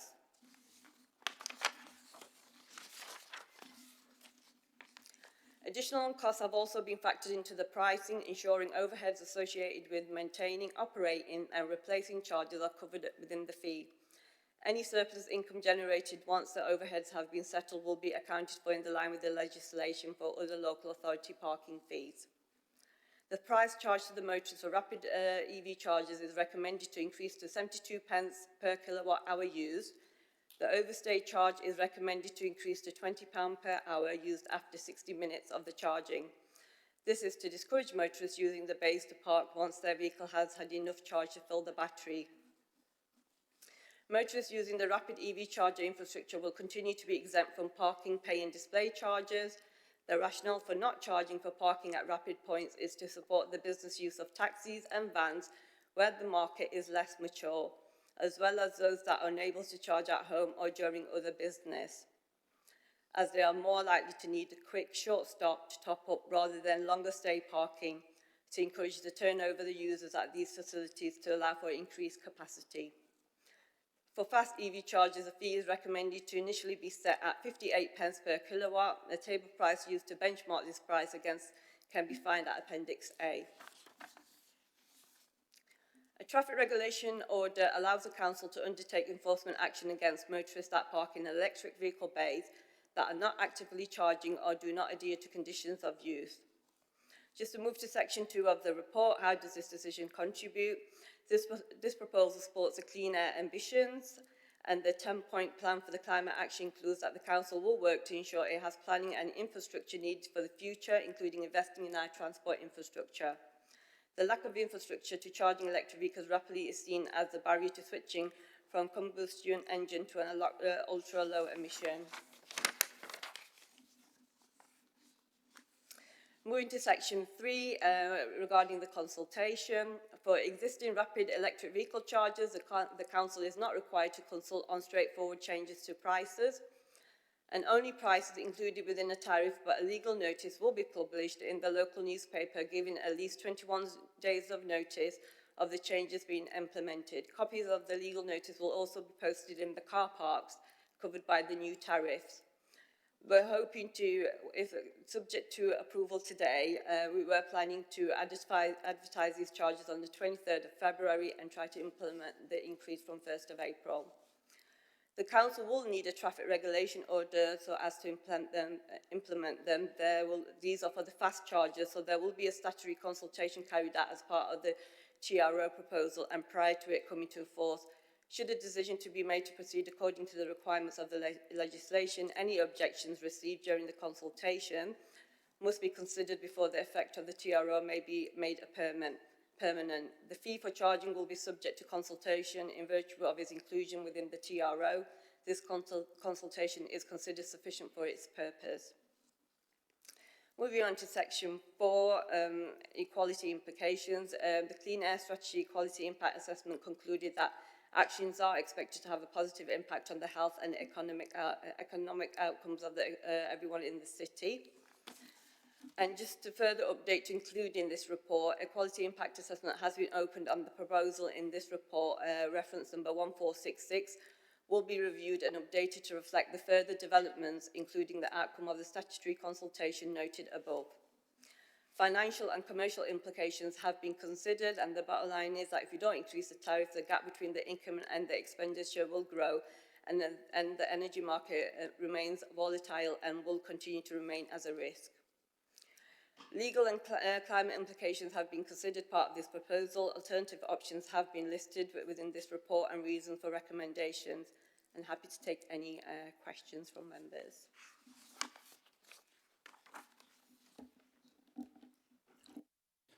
Okay, Tim first. You've touched on something that I think needs to, as the electric charging market develops and the City Council will be a leader, is we need to make sure that, you know, as with old bog standard petrol stations, that they have a clear price before people drive in and park up, that they know what they're paying, are going to be paying. And if we're going to give you delegated authority to do that, we need to make sure that Sheffield City Council is a leader in this, and people don't find, you know, you might be advertising it online somewhere or on a newspaper, but it's just when people, because a lot of these charges will be used people who don't have access to it at home. I accept that, but there will be a proportion of people who drive up to Sheffield to come and, you know, visit family, friends, etc. And we need that those charges that they're using for Sheffield City Council, and I'd like it to be rolled out across the city to all the other private charging points, that there's a clear display of what the charges are going to be, because we don't want people to go away from Sheffield with a bad experience, saying they've just been, you know, ripped off by some charger, or they think they have been when they haven't been. So that's what we need to do. Yeah, thank you. I do agree. What we are going to do, part of this as well, is that it's not just putting it through advertisement. There are also apps with the both providers. There will be some information on the app. In the car parks, there will also be information listed that these charges will be coming into effect, and a clear date will be given. We're also doing part of the new fast chargers as well, and the rapid chargers, but we're going to include our rapid chargers as well. We're doing a piece of comms work, communication work as well, where we're going to do some releases. But also through the website, there is a ZAP map where all our assets will be listed on that, as well as the private operators as well. So they will see the prices across the Sheffield City, not just Sheffield's own charges. Paul? Thanks very much. Thank you for this report. I've got a kind of related question, actually. So in the Appendix A, the table at the end, I'm assuming that's the pence per kilowatt hour, because it isn't labelled, but that's what it will be, yeah. Given the fluctuating energy prices, I see there is a part in there that officers can change the price. So will there be, and the examples that you provided here from November, you know, petrol, diesel prices can change on a daily basis. Is that the same for electric chargers? And I'm just thinking that 3 months is quite a big gap to be monitoring, to be benchmarking the market. So my question is will this be regularly monitored, like, you know, at least monthly? And will the price that we as a council charge be tracking the price of energy that we are paying ourselves? Yeah, thank you for that. With the way the council set up the contract, we do be in a contract for a year for the energy. So the reason why it has taken longer, because we don't operate in a commercial market. I think, you know, as a local authority, it does take us quite longer, and that's why we've got that recommendation listed in there. Even though we are tracking the prices, but we know that the energy price, we have got it for 12 months. It's a bit strange that, you know, we're submitting the proposal now when there is an increase from 1st of April for the energy is up renewal, but I have been working quite closely with the energy team to get an indication what the uplift looks like for the following year, so that is built into the price. But we do aim to try to review our prices quite regularly on an annual basis, but that recommendation does give us that flexibility to speed the process up. Yeah, we work quite closely with the suppliers, so it's not just what we've also done. You know, we work quite closely with our transport colleagues as well, but we also work with our suppliers that have access to the public network on a national basis. So they do look at the prices, and they do that sort of work for us as well. So part of our contract review meetings, they will come in and put some recommendations, a proposal, and give us some comparisons what's happening with the other suppliers as well. So we would be monitoring that quite closely. So, I mean, I just want to jump in. I mean, there is such a thing as monitoring too much and changing it too often, isn't there? I mean, I don't want to give officers the work of tracking the daily movements in the energy prices and confuse drivers with daily changes in the tariffs.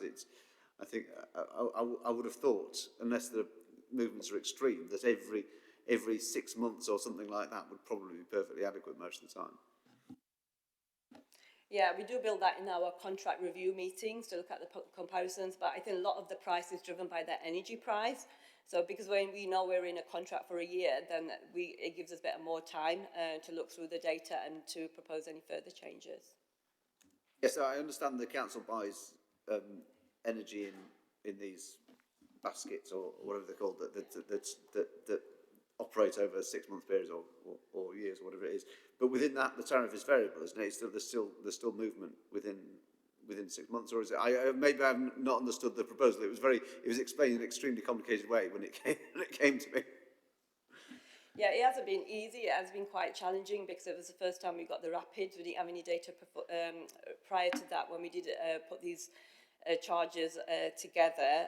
So it's not just about the energy. There's other taxes and everything else that you have to include in the model. But it is really difficult to increase the price within 6 months. I think it will still take us within 12 months to actually come up with another proposal. But what you said about the customers, we don't want to keep changing the price because it's not just changing the price, there's quite a lot of work that happens in the background by, updating the signage, updating it on the web and everything else, and it is quite difficult. We just want to make it simpler and making sure that, it's not having a huge impact on our budget. Thanks. Have you finished, Paul? Almost. So, could you say with some confidence that the prices in this table as of November 2022 are the same as the prices today? To be honest with you, I did check a few weeks back, and I was just going to have a briefing, just to have a quick check. I know that the private operators that are listed in there, they do change the prices quite a lot, but what I have noticed that there hasn't been a huge difference compared to what it was prior to November. Within those 6 months, there was a big change within the 6 months, but since November and now, there hasn't been a huge change within the prices that are listed in that table. Thanks. Cliff. Thank you, Chair. Yeah. I mean, I think my questions kind of relate a little bit to the problems of electrical charging. I mean, first of all, just to confirm that you can actually charge all types of vehicles from these devices. Is that right?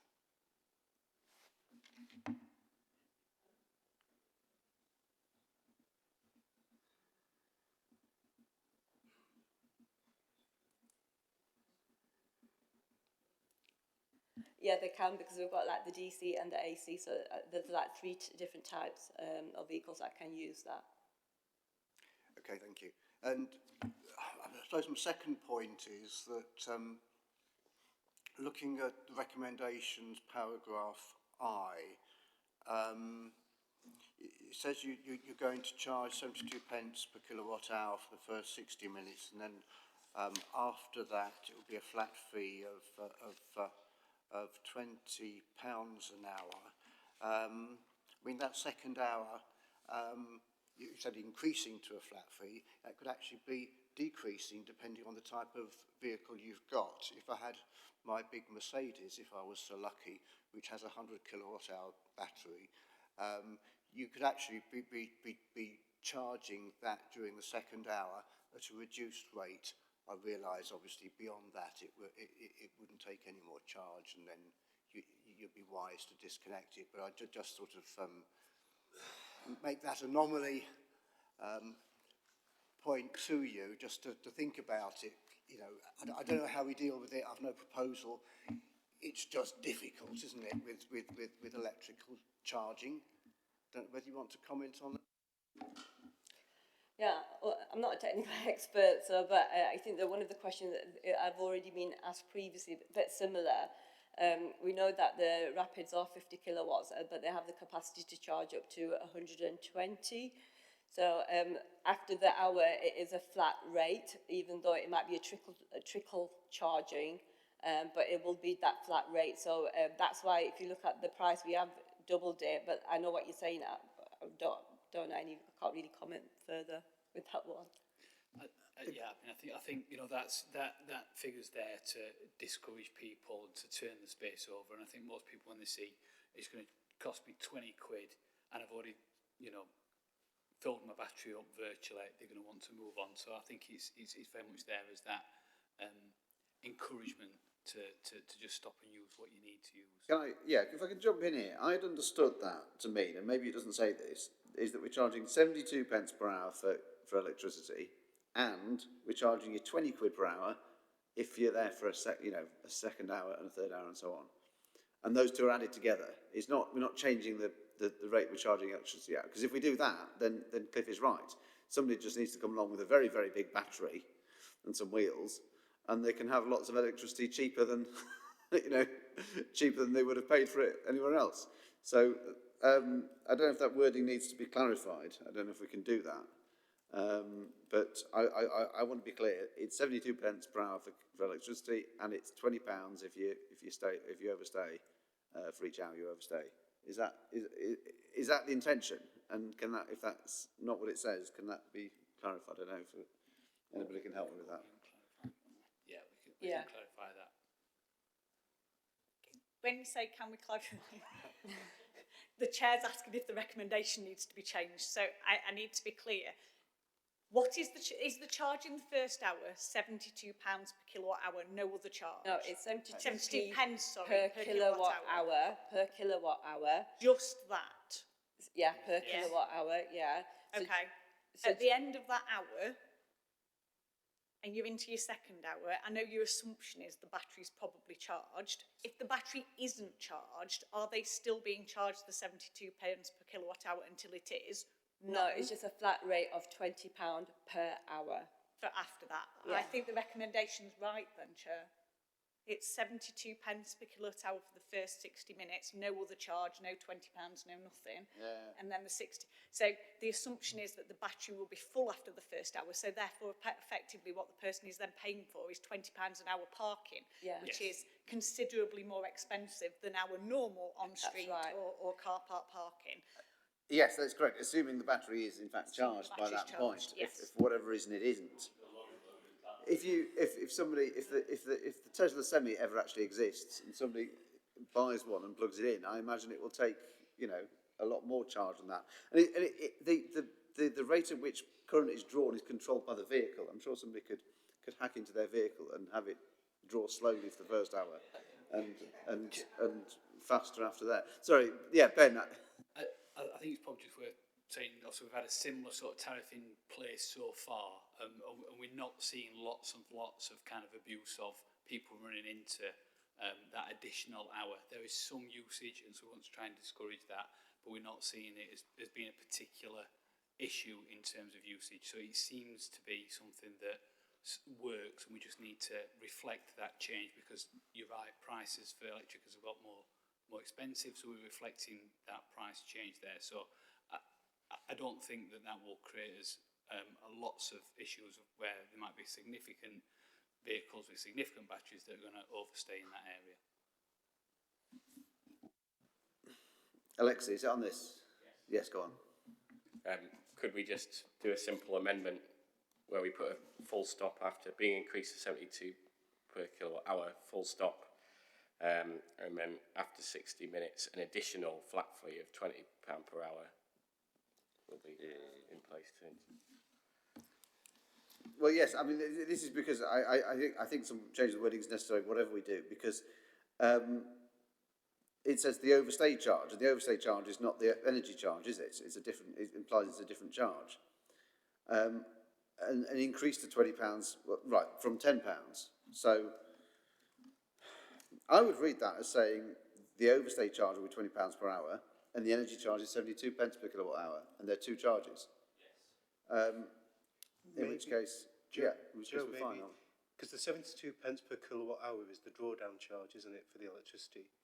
So I'm guessing the clarification needs to be that the drawdown charge will remain for the duration of your charging period, with an additional charge for over occupancy of that site. I think it's the use of a drawdown charge to differentiate between the usage of electricity and the usage of the bay. I think that's right. Sorry, go on. Sorry, Chair, I don't think that's right though. In the second hour there will be no drawdown charge, even if they are drawing down electricity. It is £20 flat fee. Is that right, Ben? Yeah. I don't know if that is right. I mean, sorry to argue this with the legal expert, but where it says the overstay charge is recommended to increase, it's not an increase in the drawdown charge. It's an increase in the old overstay charge of £10. that is going up to £20. I think that's what recommended to increase refers to. So there's a full stop after kilowatt hour, and then there's another sentence, overstay charge, and that's Sorry, what this Chair, is. I was looking at the recommendations. Oh, sorry, I'm looking at 1.14. Yes. And it's not really a legal point, it's a practical point of exactly what the Oh, service yes, are proposing. I see what you mean. Yeah. I think the proposal is that for the first hour, the charge will be determined by the drawdown of electricity and will be charged at £70 per kilowatt hour. In the second hour and beyond, the price charged will not be determined by drawdown of electricity and will instead be a flat charge. They refer in the report to that being an overstay charge because it is not anticipated that anyone will be charging after the first hour, and therefore it is to deter people from staying in that space. Do you want, Sabia Benju, have I detailed that correctly? Yeah, that is correct. Yeah. Paul? Thank you. So I think we all understand that that's how it is in the report, and I think that we're all, or those who've spoken, are disagreeing with that policy, that we should, and to say the same thing that colleagues have said in other words, is the price of electricity is 72 pence per kilowatt hour. Your first hour parking is free. Subsequent hours are £20 per hour. I think that is the policy we would support. Yeah. Yeah, is that possible? Yeah, it's not sort of parking tariff. It's a EV, electric vehicle tariff on our supplier, and the supply that we've got is only so much they can do with their system that they've got in place for the pricing, so we can't put two different type of tariffs after that time. It has to be one set tariff. So the first hour is 72p kilowatt per hour, and then after, because going back to the report, 40 minutes, we assume that within 40 minutes, the battery can fill up by 80%. From another 20 minutes, we expect it to be 100%. If it still stays plugged, then there'll be trickle charge, but they won't be drawing that much electricity. It will just be a flat rate to pay £20.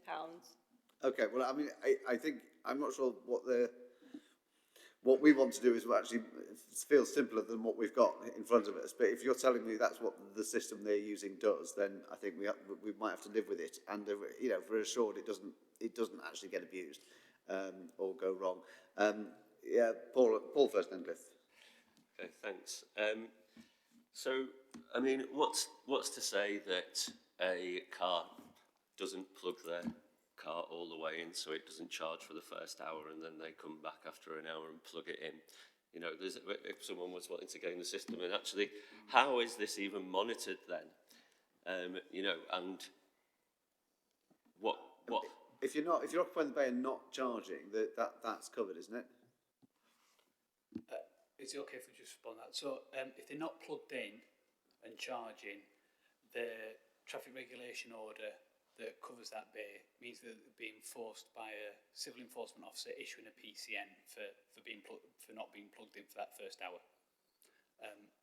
It's obviously monitored once they start charging in terms of the coverage. But if they weren't trying to charge that first hour and if they were just trying to park for an hour, they'd then receive a PCN. So how does the traffic enforcement officer, know those things then? Is it in the same way as a conventional parking space that they have to see them pull up? They see the vehicle plugged in and see the actual monitor in operation. Does the machine have a big light on it saying this is charging? You know, this is doing something, or this is not. Is it obvious from there? I'm not familiar with the thing. The gentleman from Amey wants to comment. Go on. Why not? So you can set your car on a timer to charge to start. You plug it in, walk off for the first hour, and your car set on the timer to kick in on the second hour and be charged. I was about to say you're not going to be heard on the webcast, but I'm quite glad of that now because we don't these things to be known, do we?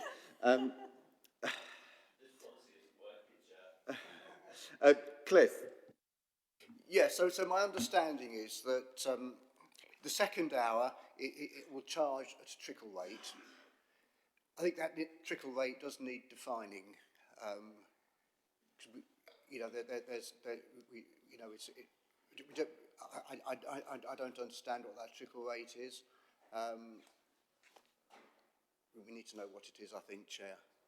I don't think we're going to solve this today. I think we're going to have to approve this and come back to it in terms of the details of how overstay charging works, if indeed there is a problem at all.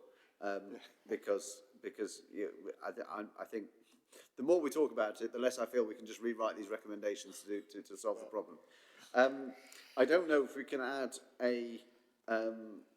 whether the delegation in 5 is sufficient for, you know, the details of the calculations in 1 to be changed, not just the numbers, but, you know, whether the drawdown charge remains or something like that can come within the delegation on 5, or whether that would have to change in order to allow that to be changed under delegated powers. I think the way it's worded at the moment, that delegation would just allow a change up or down to the kilowatt hour price and not the other aspects. The other aspects would need to come back to committee as it's drafted at the moment. Okay, well, that's fine. Well, I suggest it. I'm quite happy for it to come back to committee if we can solve this problem. But I do think we should you know, approve what we have in front of us. And indeed, if nobody out there did hear what was said, we will get away with it.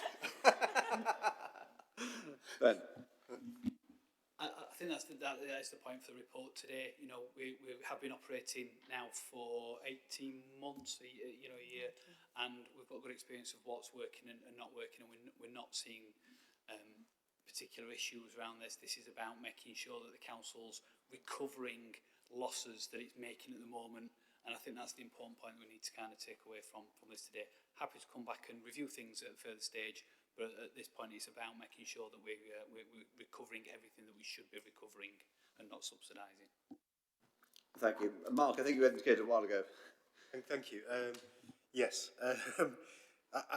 Yeah, from the conversation we just had, I think there's something that needs to be done to make sure that this ties in with the ULEV free charging across the city centre that can be applied for, because I think that's another thing. It's kind of like, why would you occupy a bay when you could just move it and park free anyhow throughout the rest of the city? So that comes back specifically to my questions, which are less confusing than the previous bits. Why do we benchmark at ESB? How many other places are offering effective free city centre parking for electric vehicles, and how many of other suppliers are giving us localities? Because I know what Councillor Huggan was saying about electric cars cruising around looking for a preferential electric charging rate. That may work for petrol cars, but everyone with an electric car apparently needs to predetermine their journeys so that they can charge when they get from one place to another, because it's not that easy to plug and go. So how many of these other guys are actually effectively offering also city centre access for free while charging, and why ESB was the benchmark? So on Appendix 1, the back table, you've got Pod Point all the way down to Swarco, various charging fees and rates. I was just wondering why we went mid-table on those fees. Yeah, it was difficult with the private operators because it's not just the fees that they offer, there's also the membership and the additional, they offer also additional incentives that weren't captured within the table. But what we did do is that I also spoke to the other local authorities as well, part of the fast chargers, to see what their indication was, because I think it is a positive that we are ahead to install these fast chargers. Because the funding, one of the funding conditions was that we need to install and have these chargers up and running by end of April for the fast chargers. But when I spoke to Barnsley, Rotherham and Doncaster, and all of them already, the ones that they have got current on the network, they still charge for pay in display. So majority of the local authorities don't, they all charge for pay in display. I think we have been the only ones that from the start have been not charging for pay in display. But we can take that point away and look into it further for next time. Thank you. I don't see any more hands. I'll just say, I mean, thank you for bringing this to us. Clearly, it's not the council's business to be subsidising people for the fuel for their vehicles people buy electric vehicles in order to enjoy the benefits of those in terms of cleanliness, in terms of cheaper fueling anyway. They do pay extra because they do cost more for the vehicles in the first place, and you know they're entitled to cheaper fuel as a result because it's a cheaper way to fuel a vehicle. But that doesn't mean. I think that means that actually they don't really need subsidising from us.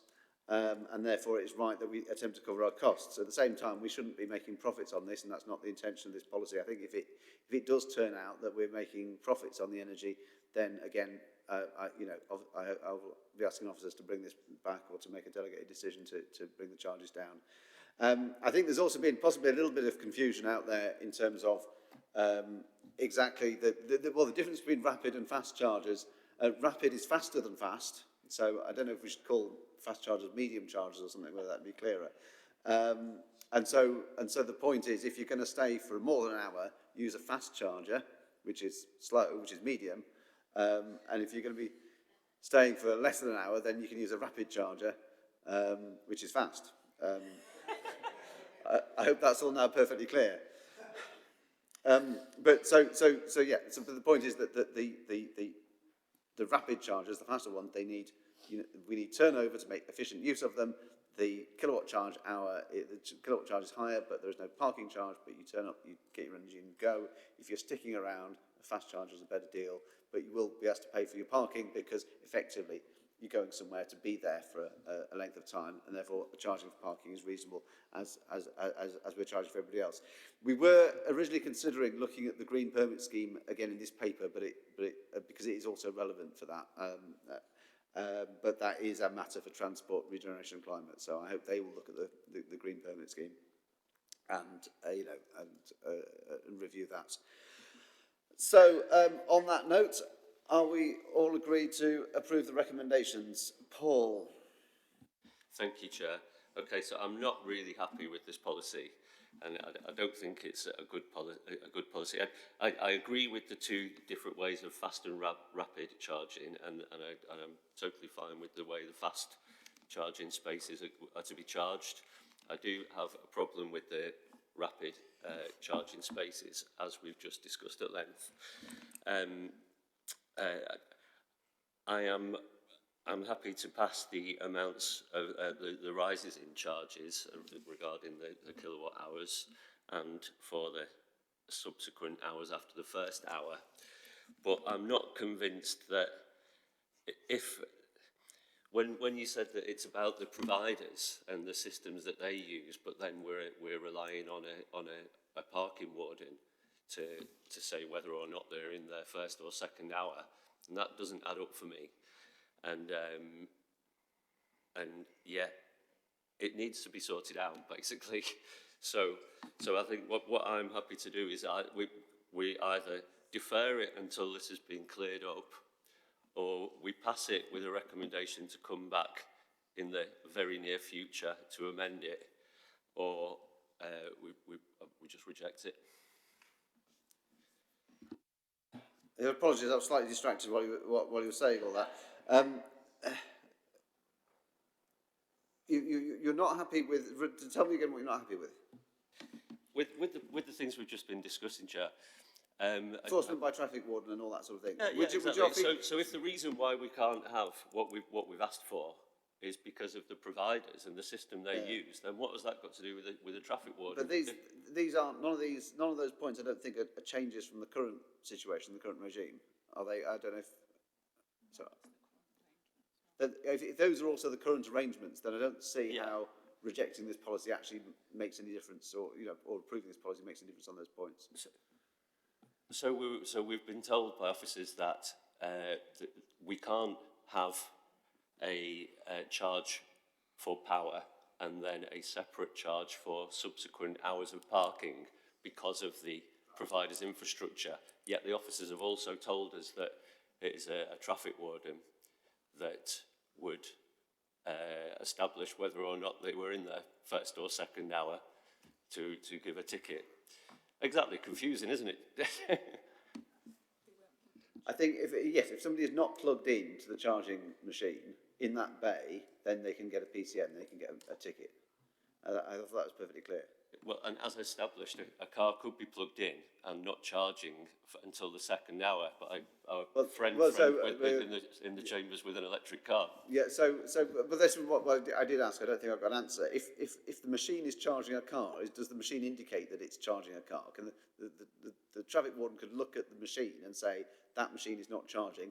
Hello, this is not plugged in, or something like that, and issue tick on that basis. The screen does show that it's actively charging, and I think what Councillor Turpin's saying is that how would you monitor for a car they might park just less than an hour, drive around, and then come back and park again, where they'll get it under an hour? That's what the concern is, isn't it? Not really, no. Just that. So how, if it comes down to a traffic warden to say you're in your second hour, how do they know if you're in their second hour? Sorry, just to be clear, it's the traffic warden's not distinguishing whether they're in their first or second hour. Once they're connected and they start pulling power, it's the system that tells the charging tariff how much money, how much charge it's pulling, whether it's had an hour, whether you're into your overstay tariff. The system does that because it knows when it's being pulled. The civil enforcement officer can see if it's charging or not. So the element about can they charge there, can they plug in and just have an hour's parking and then start pulling an hour, the civil enforcement officer will see if the system's operating. And if it's not, even if it's got plugged in, but if it's not operating, they'll receive a PCN. I'm going to call a halt to this. It is now 4:15. We have summoned Amey back to this committee as requested to give them another grilling on how they're spending many millions of our pounds, and we have two other items to discuss before that. So what I'd like to propose is three things. One, that we agree this item, we take this item now. Two, that we vote to extend the meeting by half an hour so we can have more of a discussion. We'll take both extensions before the end, and I think possibly we should take 5 minutes comfort break just to give people a chance to breathe, because we have been at this for 2.25 hours now. So I would like to put the recommendation of item 11 to a vote. I will obviously take into account the comments that have been made that this might need to be reviewed quite soon. Do you have a counter proposal, Paul, or are you just going to vote against? You can vote against if you like. Can we put a limit on when we will be revisiting this? And I know it's a difficult time of year, because I would not, if we're in another time of the year, I would say within 3 months. I think before we revisit it, I think possibly members of the committee, I'm not looking at anyone in particular, might want a better understanding of exactly what the problem is. And then when we have that, so can we ask for a briefing, within the next couple of weeks on exactly, what all these problems are, and then, we'll decide. I'm quite happy if members still want it to come back to bring it back. I don't think it will be at the March meeting. I don't think that's likely or reasonable. But so who knows after the elections. But okay, I'm going to put this to the vote now. Can I see all those in favour of recommendations item 11?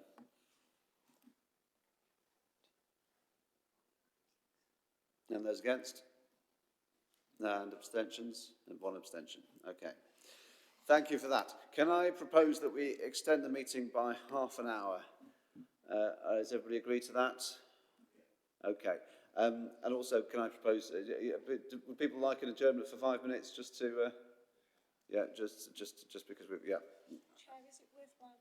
Yes, the next item is the revenue budget monitoring report, and I'm conscious that the office has been sat here for nearly 2.5 hours. I wonder if it'd be possible to take that item. I think possibly everyone for the last 2 items is the same. Yes, okay. Yeah, no, right, let's take that. No, that's a fair point. Let's take the revenue monitoring. I'm so sorry you've been sat here for the last 2.5 hours. I didn't know, did the message not come through? I did say, please don't invite officers hours earlier than they have any chance of being called. I mean, no, quite. Would you like to introduce yourself and the report, please? Hi, I'm Jane Wilby, Head of Accounting. I'm here to bring an update on the revenue monitoring position for month 8. It's a standing item for each of the committees. So it's the same sort of report format that goes to each one of the policy committees. The full report goes to the finance subcommittee, and then each one follows. 8 outturn position. Last time the committee had an update was the month 6, which was back in November. So the month 8 is actually the November numbers. We're actually into our next cycle of accounting, which we're reporting month 10 numbers at the moment. The council is steadily improving on the forecast outturn position, but it's still in a significant overspend position.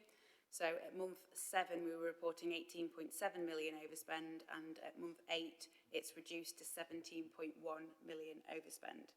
So the report takes you through in each section, the council overall, and then in the second section by committee. And in the second section, you can see that the main areas of concern are in adult social care. We've got an 11.6 million overspend, 6.6 million in children's, and small overs and unders in the rest of the committees. If we move on to the third section of the report, that talks to you a little bit more about the committee in general. The Waste and Street Scene Committee is 0.3 million underspent at month 8, and that was the same as it was at month 7, so there's been no real overall change. There's a breakdown of the budgets in that section of the report, so you can see actually the net budget position is a 54.9 million net budget, but the expenditure is 138 million. So actually in the context of the expenditure, the variance is very, very small on this committee, so no areas for real concern. It's a year-to-date report, so a lot of the narrative remains the same.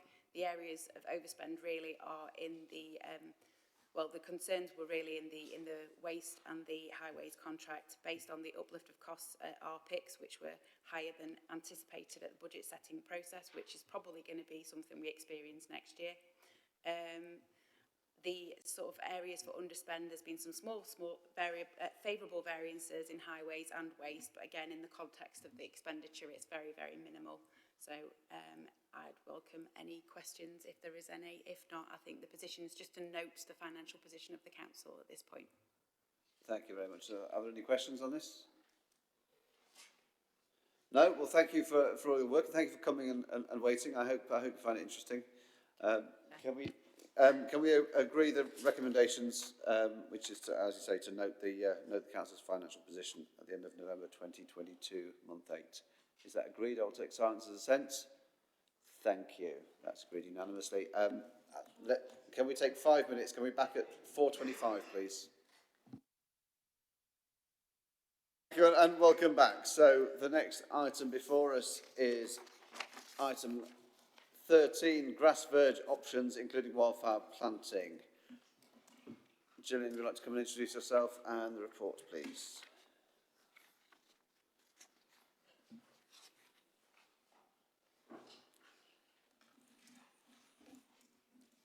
Good afternoon, Chair and everybody. Gillian Charters, Head of Waste Management and Highways Maintenance. Reports coming back from December meeting because we haven't completed or documented fully the Equality Impact Assessment.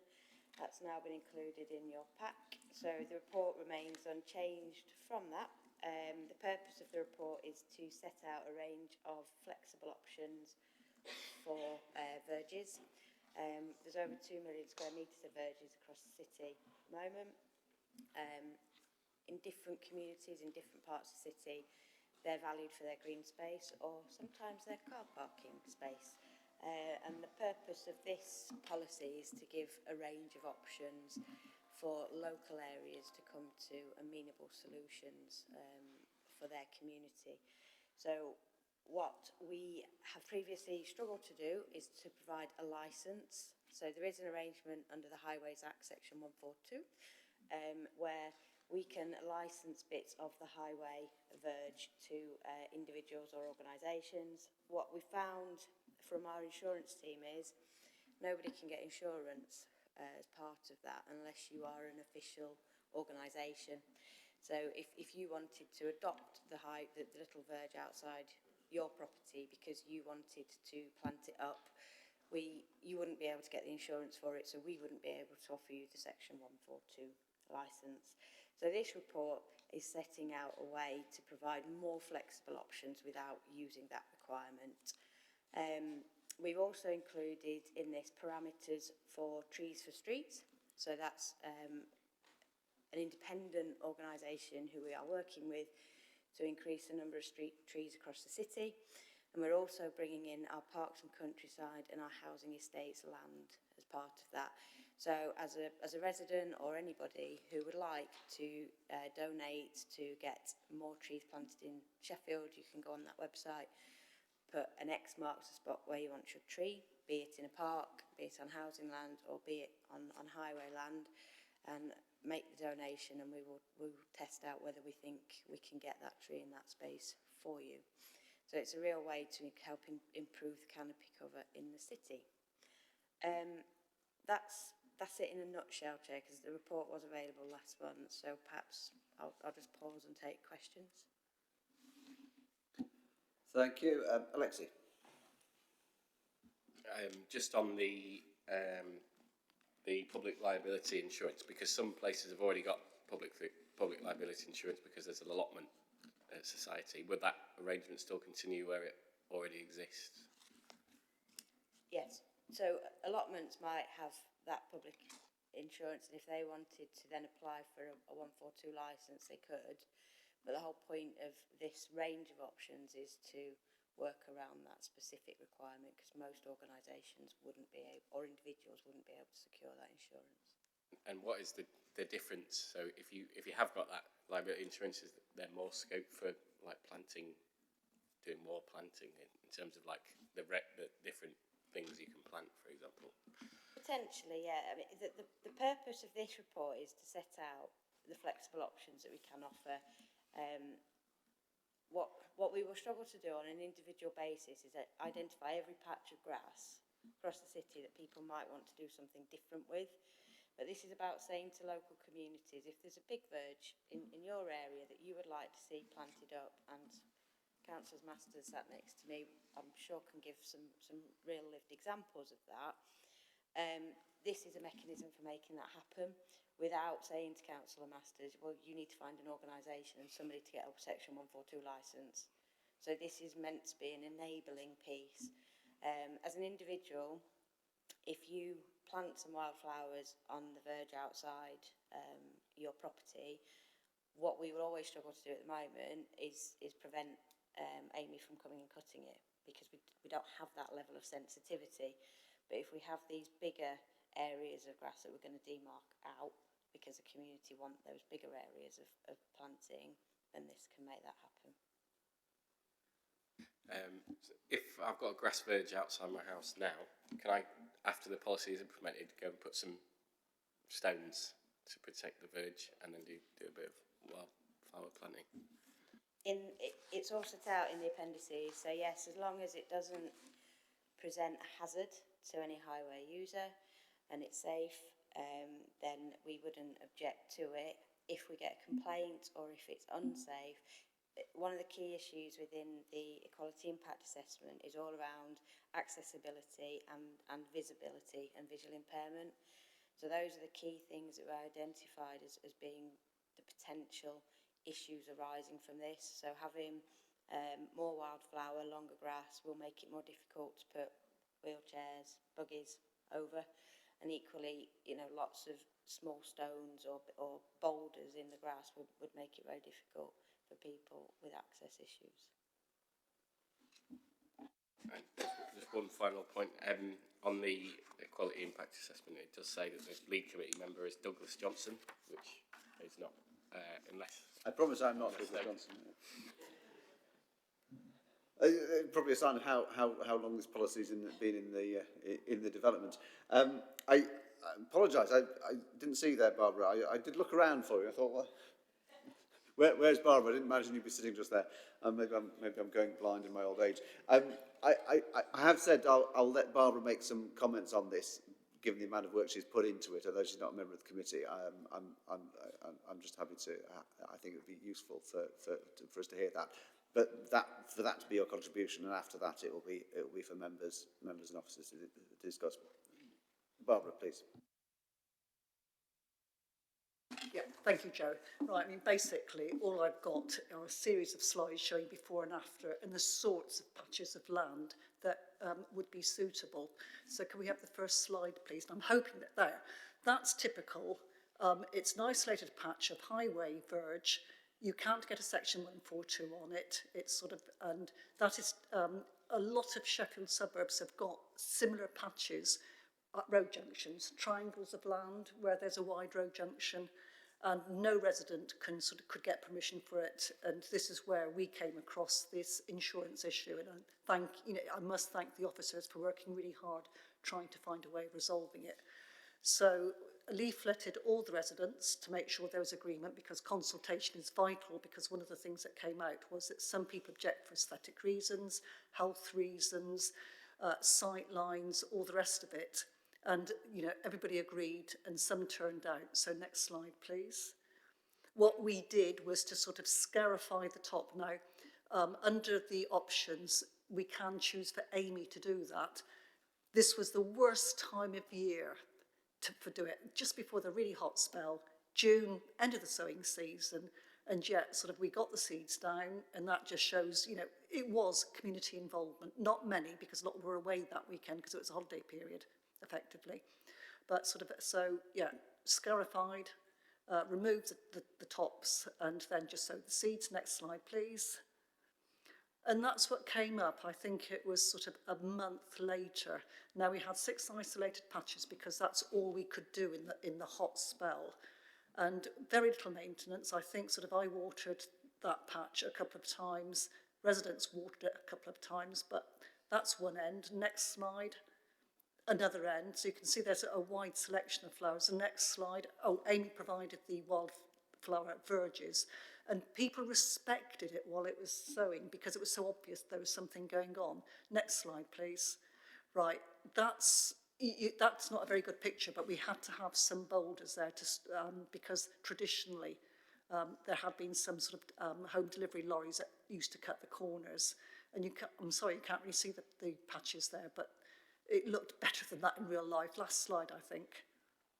That was it, yeah. But really, it was just to show that sort of even with the worst conditions, minimal interventions, it actually provided a show right up to the second week in December. And it's only since that's gone that sort of, if you like, trade vans have tried to start cutting corners again. But it's what, if we roll this, we've proved it works, we've proved the community likes it. You've got to have consultation with the community to make sure that they agree. And the understanding was that sort of a sight line would be, a verge would be trimmed whenever they did the verge cuttings, just to make sure there wasn't flopping over on the curb and creating a hazard for people, slippery surfaces and things like that. So I'm quite happy to answer questions on that, but there was quite a lot of things involved. Thank you. Thank you. I'm not actually inviting questions to you, Barbara. Tim.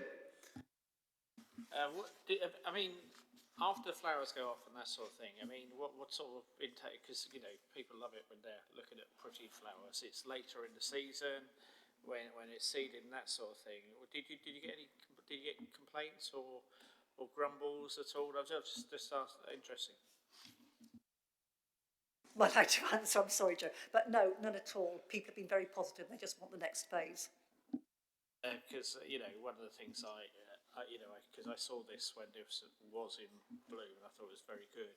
One of the, because I had a resident last night ask me in Crosspool about how they proceed with this, and I hope this is going to clarify if they want to proceed. And then they were talking about, and then somebody this morning actually when I was out about in Crooks, they asked me about butterfly corridors and that sort of thing and coordination, because is there any way we can get any, I know you're saying not talking about mapping and Amey being able to do things, but residents who can somehow plot things on maps where things are so they can work out a greater degree over time of coordination to encourage butterfly corridors and that sort of thing, and know where we should be looking for that sort of thing. Is there any of that in process at all? What I've done it sort of independently because I know the ward and I know where these isolated pockets are. But on top of that, some residents have come to me because they know I've got an interest asking if their patch could be included. The thing about the Amey contract is you've got to have 1,000 square metres identified to make it worthwhile. because there's a minimum charge for it. And so what I'm waiting for at the moment is for Amey to come back, you know, having measured these patches to make sure they all conform and they're suitable for the treatment. But yes, I mean, sort of with the lax, of course, it's perfect because people can bring it to the lax to identify the areas. Sorry, did you say 1,000 square metres? I did. And that you can understand why I'm waiting, because I'm not going around with the measuring tape doing every single one. But there's at least 12 patches like that identified in quite a small section of my ward. So I'm very optimistic. Okay, I don't see any other hands. I have a couple of questions. So there's a figure here for a tree planted for verge protection of a cost of around £1,400. And then there's a community tree planting scheme which happens at a discount, but there's not a figure. You know, if you raise through crowdfunding or a resident wishes to pay for a tree, what that's likely to cost. Do we have an indication of what that cost would be? I thought we had included it in, to be No, fair. I may have missed it. Sorry, let me just check. We have agreed separate rates with Amey for the planting of community trees, which is much discounted. The £1,400 or so quoted is for the sort of first 3 years guardianship. With the community rate, we don't have that same guardianship because we encourage then the community to move forward with planting. So the rates are much discounted. I think in a tarmac verge it's around about £600, and on a soft verge it's about £200 plus the cost of the tree. Right. Okay. Thank you. That's useful. So my other question was, obviously, as I think it's been said, we're not here identifying large patches of verge that are appropriate for rewilding, but we are saying, among other places, to the lax, look, you know, if you have proposals, please come to us. That, you know, this is down to you to identify the places you want to go to. If this is agreed today, is there a plan then to say to the lax, look, please, you know, please come forward with proposals? So this was to get to a halfway house of not having a full-scale further review of our verge maintenance with Amey. This was about being able to provide local solutions, such as those that Councillor Masters wanted to bring, but also to deal with the issues of localised parking and that conflict. So this is, you know, a first step of practical measures, because I would think at a later date you'll probably ask us to come back with more considerations on wildflower verges, butterfly corridors, and more options around that. But that will take us a longer piece of time and costing. Thanks. Mark? Not really a question, just a comment. I've seen this kind of policy develop over many, many years now, and fair play to Barbara and officers for bringing it to this position as it is now. I'd like to really welcome this proposal, because what it allows us to do is to allow communities to take ownership of their locality, and actually, rather than having a city-wide policy imposed in a city-wide nature, it allows our communities to kind of differentiate their neighbourhood as they seem fit. So I'd like to support this coming forward. I'd like to see this get adopted. I'd like to see more of these policies come forward that allow LACs to have a greater significance in designing and conceiving our street scene. So I'm really supportive of this. Thank you, Chair. Thank you, Mark. I couldn't agree more. This is slightly worrying. Okay, well, so yes, so you've slightly stolen my thunder there. Well done. But yes, no, I think I agree. This is a good policy for, as you say, community ownership of the local area. Good policy for biodiversity, and you know, a different and better way of doing things, which I think, you know, I very much welcome. So, if there are no more comments, I would like to put this to a decision. Is there any dissent from the recommendations on page 496? I'll take silence as agreement to the meeting. Yes, that is agreed unanimously. Thank you. So we move on to item 14, the Amey performance review. I would remind you that this report contains closed appendices, as it did last time, and again, two kinds of closed appendix. I'm not aware of...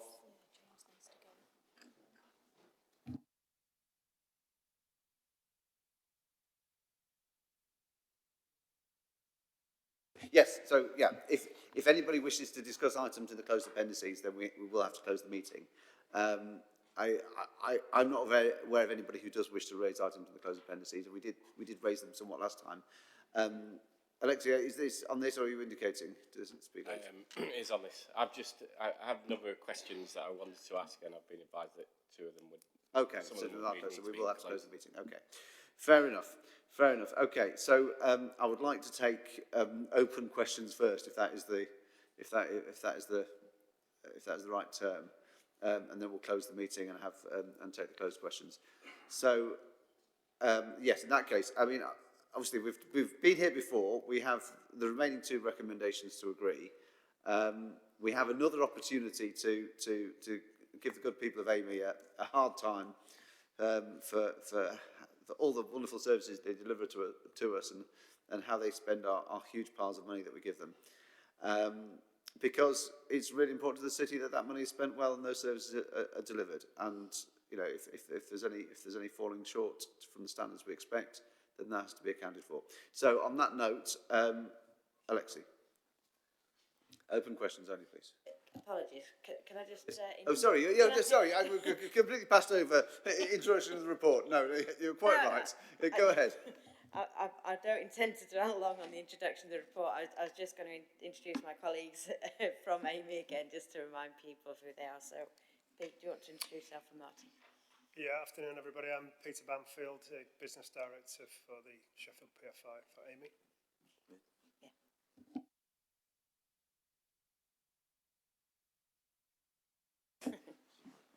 Martin Tolan, Investment Manager, Amey Hallam Highways Limited. So just to explain, as you'll see, I think it's in Appendix 1 or 2 of the report, our contract is actually with the company that Martin represents, the SPV, and then it's Amey Pete represents who deliver in Sheffield. So just to explain those two elements. Do you want me to do an introduction, a quick overview? I think we did have an introduction last time, but I don't know if you want to very briefly say a few words just to set the scene. Yeah. So it's a fairly weighty pack of documents that we provided to you because it's the first time this contract has been to committee, and we wanted to convey the full scale and scope of what the delivery is, because it is significant, and it covers both the day job, so things like emptying litter bins, responding to fly tipping, dealing with potholes, but also some long-term strategic investment in our highways network. So we have a very highly sophisticated street lighting LED system, and we were one of the first to go LED in the country. And we have an ongoing investment in our highway infrastructure, and all our roads and structures that are part of the highway. So it's a very comprehensive delivery. So there are various appendices in the report that explain that sort of scale and scope, and we've provided that also on a LAC basis because there are natural differentials in the offer to LACs. Some LACs will have much more exposure to winter maintenance, so gritting and grit bins, and other LACs will have far more litter bins emptied much more often because they're in high density traffic areas. So that's the sort of scope of what's been provided to you. Specifically, we've come to committee to report on current performance issues and where we are with that, and where we have some concerns around Amey's delivery. So that specific issue is why the report has been triggered for committee to consider. Okay. Thank you. So, Alexi. Thank you, Chair. So it's my understanding that the contract was renegotiated, was it 2018-19, is that right? My question that I can ask now is it a coincidence that performance has deteriorated following the change and renegotiation of the contract? So if I just give a context to that, there was a negotiation to review the pay and performance mechanism in 28 that provided a significant annual saving to the council whilst reducing Amey's exposure in terms of what we'd call liquidated damages against performance. We would say from a client point of view, we continue to have the same monitoring of the contract. The team still approach our management of the contract and of Amey in the same way. So from a council perspective, it's not that we've reduced any resource or changed our approach. We continue to monitor that contract as is. Yeah, I could just add to that as well, that likewise Amey haven't changed our approach in delivery of services beyond that contract change as well. So we maintain the same level of resource and those contract performance requirements are still in place, that we still manage to those. So just to confirm, your answer would be that it's immaterial that the contract changed to how you're performing the contract. Yes, we believe so. So the original item that we came to committee to discuss was some non-compliance in our life cycle programme, which was carriageway and footway resurfacing. And that relates to a longer term historical issue rather than a specific issue that was related to any contract change. Yeah, the standards weren't amended, you know, the quality that's been provided. It's other areas of risk, caps on liability. That was the part of the deal that was done, the renegotiation. So the standards out there are still the same. I think that's all the questions I wanted to ask in the open section. Cliff? Thank you, Chair. Yeah, this is a specific question which relates to my ward, but may have wider implications. On the roads in the Porter Valley, I'm thinking of Quiet Lane and Woodcliff. On Woodcliff, you did a refurbishment, you laid the tarmac about a year ago, and it's very good, thank you very much, thank you. Unfortunately, the bits that you didn't do have deteriorated seriously since then.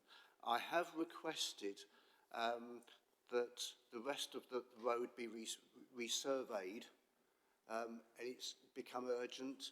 It was, I think it may have been back at the end of December, and that I was given dates during January when this would be done, and it's been put back during the month of January. I don't know where we are at the moment with that. I'm a little bit concerned that, you know, there are some really quite bad roads around the place that are not getting surveyed and getting in the programme for being resurfaced. I don't know if you can comment on that.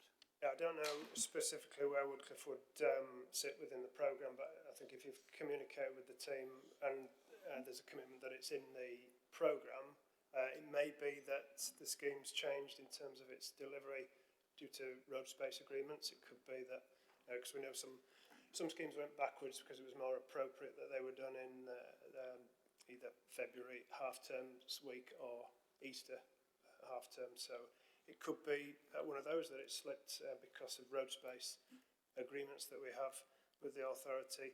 But in terms of your original comment that a scheme was done last year, I think you said if sections in between that, at the time, there's a lag on the survey, the inspections and survey. So it's likely that those in-between sections, if they're deteriorating and they trigger the contract intervention level, then those would be in a forward programme. If in the meantime some of those are becoming potentially dangerous, that we have inspectors on the network that would identify those for an intervention of a more immediate repair to make safe. So I'll take that one away and have a look specifically at where it falls you know, in terms of contract compliance and in the programme going forward, and we can get back to you. Thank you, and I mean, there may well be others like it. I mean, Lodge Lane was one, but I gather that's now in the programme for being resurfaced. So we'll look forward to that being done. Thank you. Thank you for that. Can I just follow that up actually? I mean, I think the question is, and we understand that if there's a pothole of a certain size, then it gets fixed in 24 hours, and that makes sense. But if there's a large piece of road that is deteriorated to the point where it needs resurfacing under the assessment criteria, is that something that we get delivered to a time scale? If something is, it's in the programme, certainly feels like it's in the programme, that's not giving us a date, is it? I mean, do we have an expectation that will be done within a certain length of time? So it would depend on what sort of category of defect it would be. So there are longer term contract requirements in terms of section failures within the contract, whether that's viewed on a 50 metre or 100 metre length, and I presented some of those example photographs last time.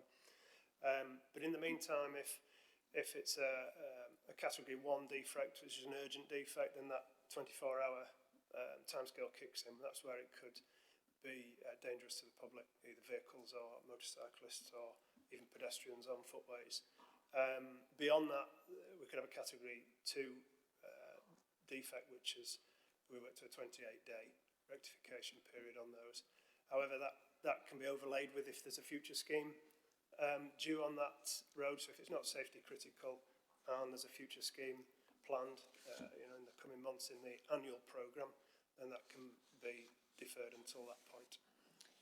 It might be helpful, Chair, just to add to some of the discussions I recall we had last time, how the contract works, which is Amey are required to survey every road in the city every 2 years, and we get a score from that road.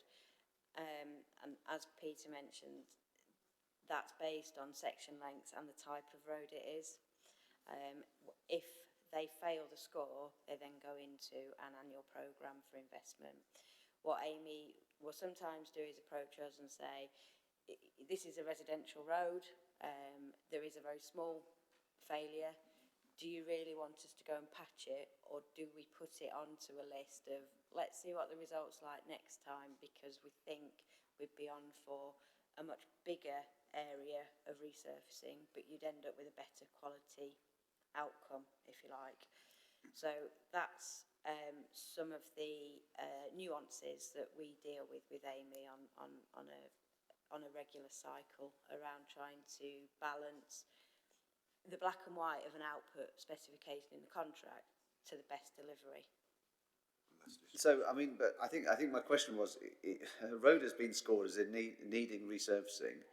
It goes into an annual programme. So the timeline, the residents have said, my road needs resurfacing. And we can say to them, yes, we agree, it's been measured, you're right, it does need resurfacing. And they say, when is it going to be? And we say, well, it's in a programme which runs on an annual basis, so maybe not until this time next year. Is that where we stand? Yeah, so the cycle is our survey outputs are due around August. Those are all mapped and filtered out and produced for a submission of an annual investment programme by 1st of December. And those are agreed with the authority for the following contract year from April through to March the following year. So that's the delivery year of April to March, but it's based on the surveys that could have been done up to 18 months prior to that. And I think, as Martin would add on the end, the programme will move based on minimising disruption where we can, and so that will be around what that road use is, if it's a busy corridor, but also other local determinants such as schools, like Peter's mentioned. Would we choose to go into some areas at half term rather than term time, and elements like that. And we always do less in the winter due to colder temperatures. Okay, Mark. Thank you, Chair. Out of interest, a couple of questions, but this first one is... Sorry, just to interrupt you. Can we agree to extend the meeting again? We're not quite out of time. We do have 5 minutes. We started 5 minutes late, but I did just see the time. Can we agree another half-hour extension? Thank you. I take silence as assent. That is agreed. Okay. Sorry, go ahead, Mark. With regards to street cleaning, it's the reactive interventions that are expensive as opposed to the scheduled ones because there's something you can't budget for specifically. Is that the same in terms of road repairs? Are the reactive interventions of plugging potholes and turning up on site to kind of make good dangerous deficit elements of the road, are they expensive compared to the more routine elements, the interventions that you make? Not necessarily, because we carry a residual resource that's might work across numerous services. So we have a highways team that could work on that reactive basis in terms of delivering the pothole repairs, whether that's the urgents or non-urgents. They would also be trained, and they attend other services, emergency response, winter maintenance. Some of those would be the drivers for the gritters. So that pool of resource can be used, so we get maximum efficiency out of that, versus the life cycle approach where we use subcontractors to deliver our project-based work. So it's not directly comparable in that respect. Okay, that's good to know, because I guess one of the automatic questions would be, do you believe that the scoring system is working appropriately to kind of make sure that roads come onto the work programme in a timely manner or not, but knowing that it's not necessarily driven by cost itself is somewhat reassuring. But I suppose it still does count. Do you think the scoring system is robust enough to actually bring those roads onto the work programme? It's difficult. It's a very complicated contract in terms of how it measures carriageway condition scores based on various criteria, surveying equipment and visual inspections. So that's all mapped out pretty precisely in the contract. Well, the challenge is really that it's a network of about 12.5 million square metres. And so, as Jill mentioned, that the obligation is that we survey 50% of that network each year. So in the scale of 2 years, the whole 12.5 million square metres is surveyed. So I guess it's a scale and scope time element that I think that's challenges that we all face in terms of from the point in time that the surveys were done to the actual work being delivered. It can be, I think what your own experience is there's quite a gap there in time. So by the time that we're rectifying schemes from inspections done 18 months previous, the surrounding carriageways or footways will have likely deteriorated as well. So some of the photos I showed last time where we intervene and specifically treat the failed section to achieve contract compliance could be different to what you see out on the ground. Could I add another point? The condition, I think it's important to note, Sheffield benefit from an independent assessment each year. Those surveys are carried out by independents. It's not the subcontractor that's doing self-monitoring in that respect. It's independently assessed there. The assessors are experts in the industry. They know what other networks look like in terms of levels of deterioration. So there's an element of third-party assessment. So it's not just the subcontractor doing that checking. Okay. And finally then, Chair, if I could. So the remediation stuff, the reactive elements are done by existing crews. The work programme stuff is done by subcontractors that are brought in on a needs-must basis. During the operation of this contract so far, I'd assume that you've already got quite a thorough knowledge of what the needs-must are for the city. Do you feel that the use of these more flexible subcontracting elements are still good value for money? Could it be cheaper for Amey to deliver the contract if some of those elements were delivered on a more regular basis by yourselves rather than by third-party agencies? We regularly review our delivery methods and we get best value from that periodic employment of supply chain to undertake those schemes. They're,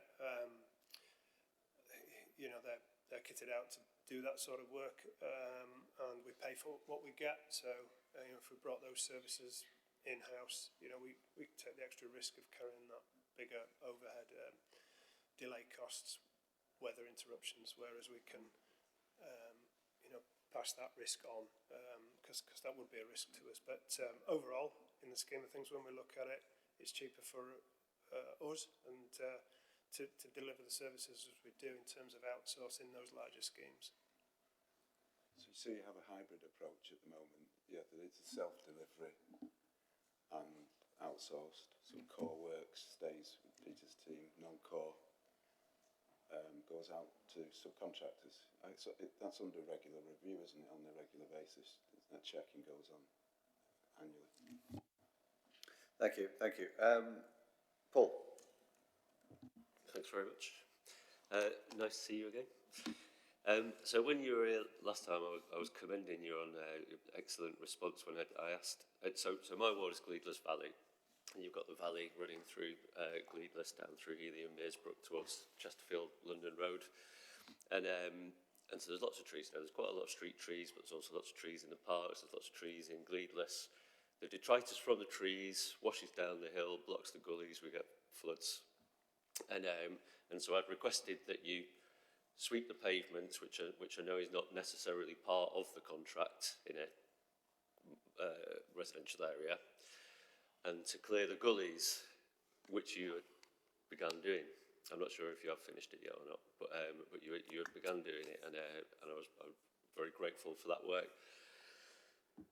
However, in the meantime, there's been a period of heavy wind, and just while we've sat here, an email's come through from the Northern Power Grid saying that we're expecting 70-mile winds on Friday again, and so basically the streets are full of the detritus again as we speak, and no doubt will be filled up again. And I get that it's a battle.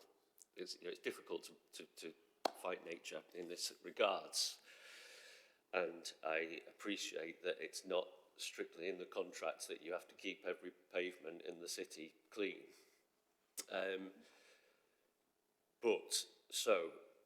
And this also, you mentioned this at the beginning of the meeting on a different item, flooding.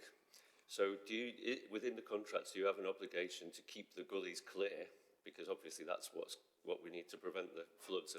So I'm struggling to frame this clearly, so I'll try to paint the picture, but what's blocking the gullies is coming from the trees and the green spaces, and it makes sense that if you're going to be obliged to clear the gullies, that you prevent as much of that stuff going in there in the first place. So, can you explain to me your obligation to keep the gullies clear and intentions to keep the streets clear in turn? Yeah, thanks. We've done a lot of work this year. I think it's important first to note that there's no specific performance requirement for leaf clearance in the contract. What there is a requirement for detritus. So at some point those leaves rot down and are classed as detritus. What we've tried to do in more recent years is tackle the problem earlier, and our grounds maintenance teams, once they finish the grass cutting programme, they're switched on to leaf clearance to try and get those early, and by the time they rot down by January, February, then we don't get that unsightly mess on the footways or carriageways. We've been a bit hampered. We've had a challenging year this year with the heat that we got in the summer. We've got two sort of growth spurts and two separate shedding of leaves, if you like. So we're currently about to work through with the authorities a workshop to have a look at alternative arrangements regarding priorities on leafing. But what we have got is we overlaid that programme in conjunction with our drainage hotspot areas around the city. So exactly that, the performance requirements around the drainage, there's two overarching ones. One is to have a free-flowing network of gullies and pipe work, and the other is standing water on the network. So when we overlaid that leafing programme with those drainage hotspot areas that we historically know about, that's what we're intended to try and stop, is any flooding on the network. And second to that is there are over 55,000 gullies on the network, so we have an annual cyclical programme to clean those. So the two combined really helps us focus and look at ultimately the prevention of flooding on the network. And I think this year and last year we did pretty well with that. Our performance deductions around flooding on the network has significantly decreased. But there is still work to do in terms of what the priority is with leaf clearance. And like I say, it's not a direct performance requirement in the contract, but it was in our interest to clear those, A, for the drainage, and B, before they became detritus in January, February time. We are looking at working with Jill's team to have a look at, see if we can approach that better from next year. Because again, we can't be everywhere, so we overlaid that programme with where the heavier leaf fall areas in the city are. And as you appreciate, there's some significantly more sort of tree canopies in certain areas than others. So we're trying to look at that all in combination. Okay, thanks. So basically, the kind of the early improved service that I've seen in my ward in the last couple of months, I expect to see that step up over the next year. So this time next year we'll have clean streets and free-flowing gullies. Thank you. I'll hold you to that if I'm re-elected. Thank you, Paul. Can I just have did you indicate, Tim? Yeah, okay. Has anybody else waited to ask questions? I know you've got closed questions. Does anyone else have closed questions as well? I just want to manage the time. Janet, are you having to leave? Did you want to come in? Okay, yes. If there's anything you want to say before we go? No, okay, thank you. Right, Tim. Yeah, I was going to say about the gully programme. So did you say you've got an annual programme now? Because, I mean, one of the things is the gullies across my ward is there's a regular complaint being blocked, and the fact that there's lots of places that people regularly report. So you say you hotspot or whatever phrase you use to we've got places where they we've got a sort of hotspot map in terms of our programme where we would tackle that. Any reactive works, if we get any calls through, they're immediately logged on the system and they fall into a different response category. So if anybody just found those through, those will be dealt with. I'm not sure what the specific response is, but whether it's 24 hours or 7 days, they'll be responded to if specific calls come in about a block gully. It's interesting as well, when we define block gully, just on the surface, is it leaves on the top or is it the actual pot that is full of dust and detritus? The general complaint is that they were cleared, they used to be cleared, they used to flow into the gullies, and now the gullies have become blocked for one reason or another. Usually, if they haven't been cleaned out properly, there's mud, soil, etc. accumulates in there, exacerbated by leaf falls. And I know, with the drought last year, there was particular problems with that. But that's one of the things that people grumble about. It's not the flood in the streets. I understand when water falls very rapidly and in more intense bursts, as it is likely to with climate change. But it's the fact that it's not flowing away appropriately as people would expect it to do to go into the gullies, and that's what the complaint is. Yeah. So again, our inspectors are out regularly on the network, and when they see block gullies, they will report them. But just to put a bit of scale on, I mentioned 55,000 gullies on the network. I mean, we track in terms of our cleansing regime of when they're jetted through and that visit is instigated. Then we're sort of in the region of probably 200 block gullies that we're locating across the network. So 200 out of 55,000 is pretty low as a percentage. So to try and put that in some perspective, we shouldn't say wholesale streets with every gully blocked. There might be some odd ones, but those are the ones that we're trying to target. And there are some naturally, in the low spots, that they're bound to get more, flow through them and would silt up quicker than others. Slightly unrelated point is when you do roads, and quite often, I've got one, Lidge Hall Crescent is one, but I saw one in Ecclesall actually the other, where most of the road's done, and then the bit between the road and the next junction which hasn't been done, and the residents get very concerned that they're just going to get forgotten when the next road gets done, that there's a patch that isn't done. And how does that get addressed and put into the programme? Because is it, for instance, the Joel Crescent, is that recorded as being done, even though there's a 20-metre section that isn't done, and it's going to, and then the adjacent road is factored in to be done? But I'm just saying, use this as an example because I've seen several. Yeah. How does that get factored in? And so you're talking about the resurfacing elements, yeah. So occasionally there will be instances where that section failure is that length of street, and the junction itself onto the next street. It would be that just in terms of the planning and traffic management, that junction would be picked up as part of the next street, including that junction. We are trying to look at that a bit more rigorously in terms of practicalities, because sometimes it's more practical to stop short, and therefore the traffic management implications isn't as great on the other adjacent road. But we are trying to look at that, so we're not left with small intermediate sections that would become a problem for the next scheme. So it's kind of either we have to do it as part of one road or the other road. So we're trying not to leave sections behind going forwards. yeah, because the concern is with that residents have is that when the next section is done, they're not sure when that the adjacent road is going to be done. So therefore, they think that that's may have been forgotten, and will be left off the programme, and then there'll be this little... Yeah, I think the answer was that it will be done, wasn't it? Yeah, okay. It's still subject to inspection and the same criteria of condition. So if I've seen Mark indicate to have another go.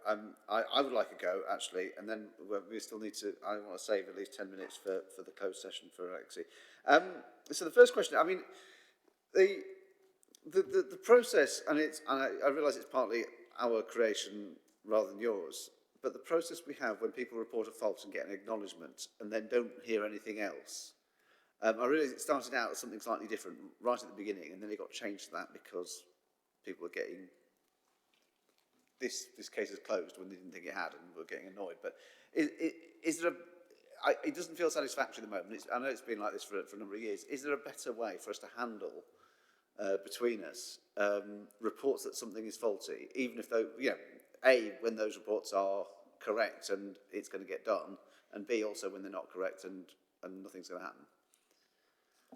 So are you talking about the if I reported a street light or a gully or something like that, yeah, and I just get an acknowledgement and I don't hear anything else? Yeah. So I think the first thing for us to explain, or just to remind everybody, is that the front end, that reception end, is usually handled by the council.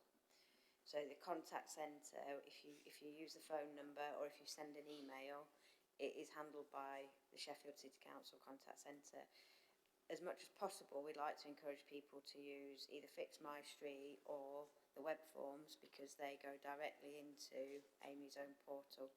So they'll be straight away logged as jobs. So that's part of an inbuilt delay. If we get a phone call or we get an email, it has to have that secondary handling by our teams.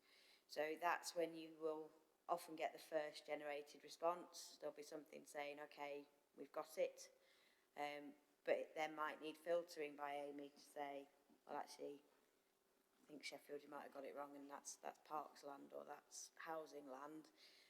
And then we don't have a very good customer journey sometimes. We do have some issues with that. I'll let Pete answer when there are further delays on Amy's side, because we do know that there are improvements that he and the team have committed to making for us on that. Yeah, so at the point beyond where Jill explains that response comes to us, we are we have recognised that we are sending out a bit too many acknowledgement letters that meets a requirement in the contract to acknowledge, but yet they're pretty generic statements that don't give any detail other than we'll get back to you within 28 days. And there are a small instance of cases where some of those can go on for a protracted amount of time depending on what the issue is. So what we're working on with Jill's team is to ensure that we get a better visibility of what that delay is. Some are genuine, some are down to reliance upon third party, Yorkshire Water or others to confirm arrangements. The main time delay ones are associated with drainage works where the majority involve sort of investigation or trial holes or other things to be able to close some of these out. But what we're trying to do is give a quality response that explains what that delay is. We've also put a process in place where it would get to, say, a third acknowledgement where one of our area highways reps would go and speak in person to that resident or councillor that has raised that inquiry, just so we've got that closer relationship in terms of a quality response of what the delay or issue is. Okay, thank you for that. Okay, so I've got another question. Obviously, part of the service is clearance of fly tipping, and it's on the surface, not when you look at the details, but on the surface, it's slightly baffling that we have a contract that has fly tipping removed from the highway, and yet we still have the city where there's big fly tipping problems. And obviously, it's not that I'm not suggesting it's that you're not performing at your end. I believe you are, but that we just have a big problem in particular parts of the city. And I just wonder, I mean, it's not to your benefit to have to clean it all up, and it's not to anybody's benefit that we have this problem in the first place. Is there something we could do better and working together better and working with the environmental protection team just to coordinate? Is everything okay as far as what we're doing at our end? Because we don't, even though the cost falls on you, we kind of would rather not have the problem to such an extent in the first place. Answer that for him. I think we do work quite well together, Joe. There is that regular interface between the crews who do the picking up and our environmental enforcement teams in terms of providing toolbox talks on getting evidence, because that's what we need to be able to find out people who are choosing to do this illegal activity. Amy's team have been really helpful with us in supporting putting up the new CCTV cameras that we got the additional funding for this year. So been really supportive in finding the right place and investing time in getting those cameras up for us. And we do sort of ongoing discussions about identifying hotspots and understanding what's behind that behaviour. Is there other preventions that we can put in place physically? Or is it a problem that actually it's just residents presenting lots of additional black bin bags, and so actually the other half of my job, the waste bit, needs to kick in and we need to go in and do a bit of re-education. So I think it's we do a lot of joined up stuff, and it's an ongoing piece. There are some communities in Sheffield that have more issues with fly tipping than others, and it's unfortunate that we have businesses and residents that choose to abuse the local environment in that way. Is there anything you want to add? Yeah, we'll continue to work with the Sheffield team in terms of improvement, but our track record on responding to fly tips is exceptional. Okay, thank you for that. You've indicated again, Alexa, is this to remind of the time until we close the meeting? Well, I've not let Mark have a second go, who tried to, and we are about to run short of time. I did have a third question I would like to ask, which, I will. Not everybody may have noticed, but the controversial, just to go back to a painful period in the past, the controversial tree target has been dropped after following a conversation at the Street Tree Partnership. I don't know if you want to reflect on that as to, I mean, from your end, I hope that you're happy with that, and that what was a painful dispute between some residents and the council and yourselves is now behind us. Is that a good symbolic step that is to say this is behind us? Chair, I'd just like to confirm it's not a target, and it never has been a target, and I'm sure my legal colleague would reiterate that sentiment. And we were very clear about that in the report. However, it had provided a very big distraction for a lot of communities in Sheffield, so it's been a pragmatic way forward, hopefully, to remove it, so there is that clarity on all parties' side. From my reflection, I've been with contract just coming up 3 years now. Amey have been really committed to working with the Sheffield Street Tree Partnership. We have a strategy, but there are still difficult issues to work through in that strategy. You know, strategy is a guiding document, but then there are still policies and principles that we are continuing to work through to try and find the right balance of safe and accessible streets and maintaining mature tree stock where we can, but also wanting to invest in replanting the right trees in the right place for the future of the city. Thank you, Jane. Anything to add to that, very briefly? Only that we welcome the change and continue to work with the partnership. Thank you, thank you. Can we close the meeting so that Alexia can ask his questions? We're really up against time now. I don't think there will be time for the other questions that have been indicated. Welcome back. So we've had a few questions in closed session to the representatives of Amey dealing with information that has to be kept restricted. I'd now like us to agree the recommendations on page 534. Two of them we agreed last time, but let's just agree them all again for good measure. I will take silence as the assent of the meeting. Is that agreed? Thank you. That is agreed. Excellent. So your plan for improvement has our seal of approval. I hope it's successful. Obviously, we are, as I said at the beginning, we are paying a great deal of money for a world-class service, and you know, we look forward to getting that service in future. Thank you very much. And that is the final item on the agenda, I believe. Yes. So thank you all for coming. Thank you at home for watching, and I'll see you next time.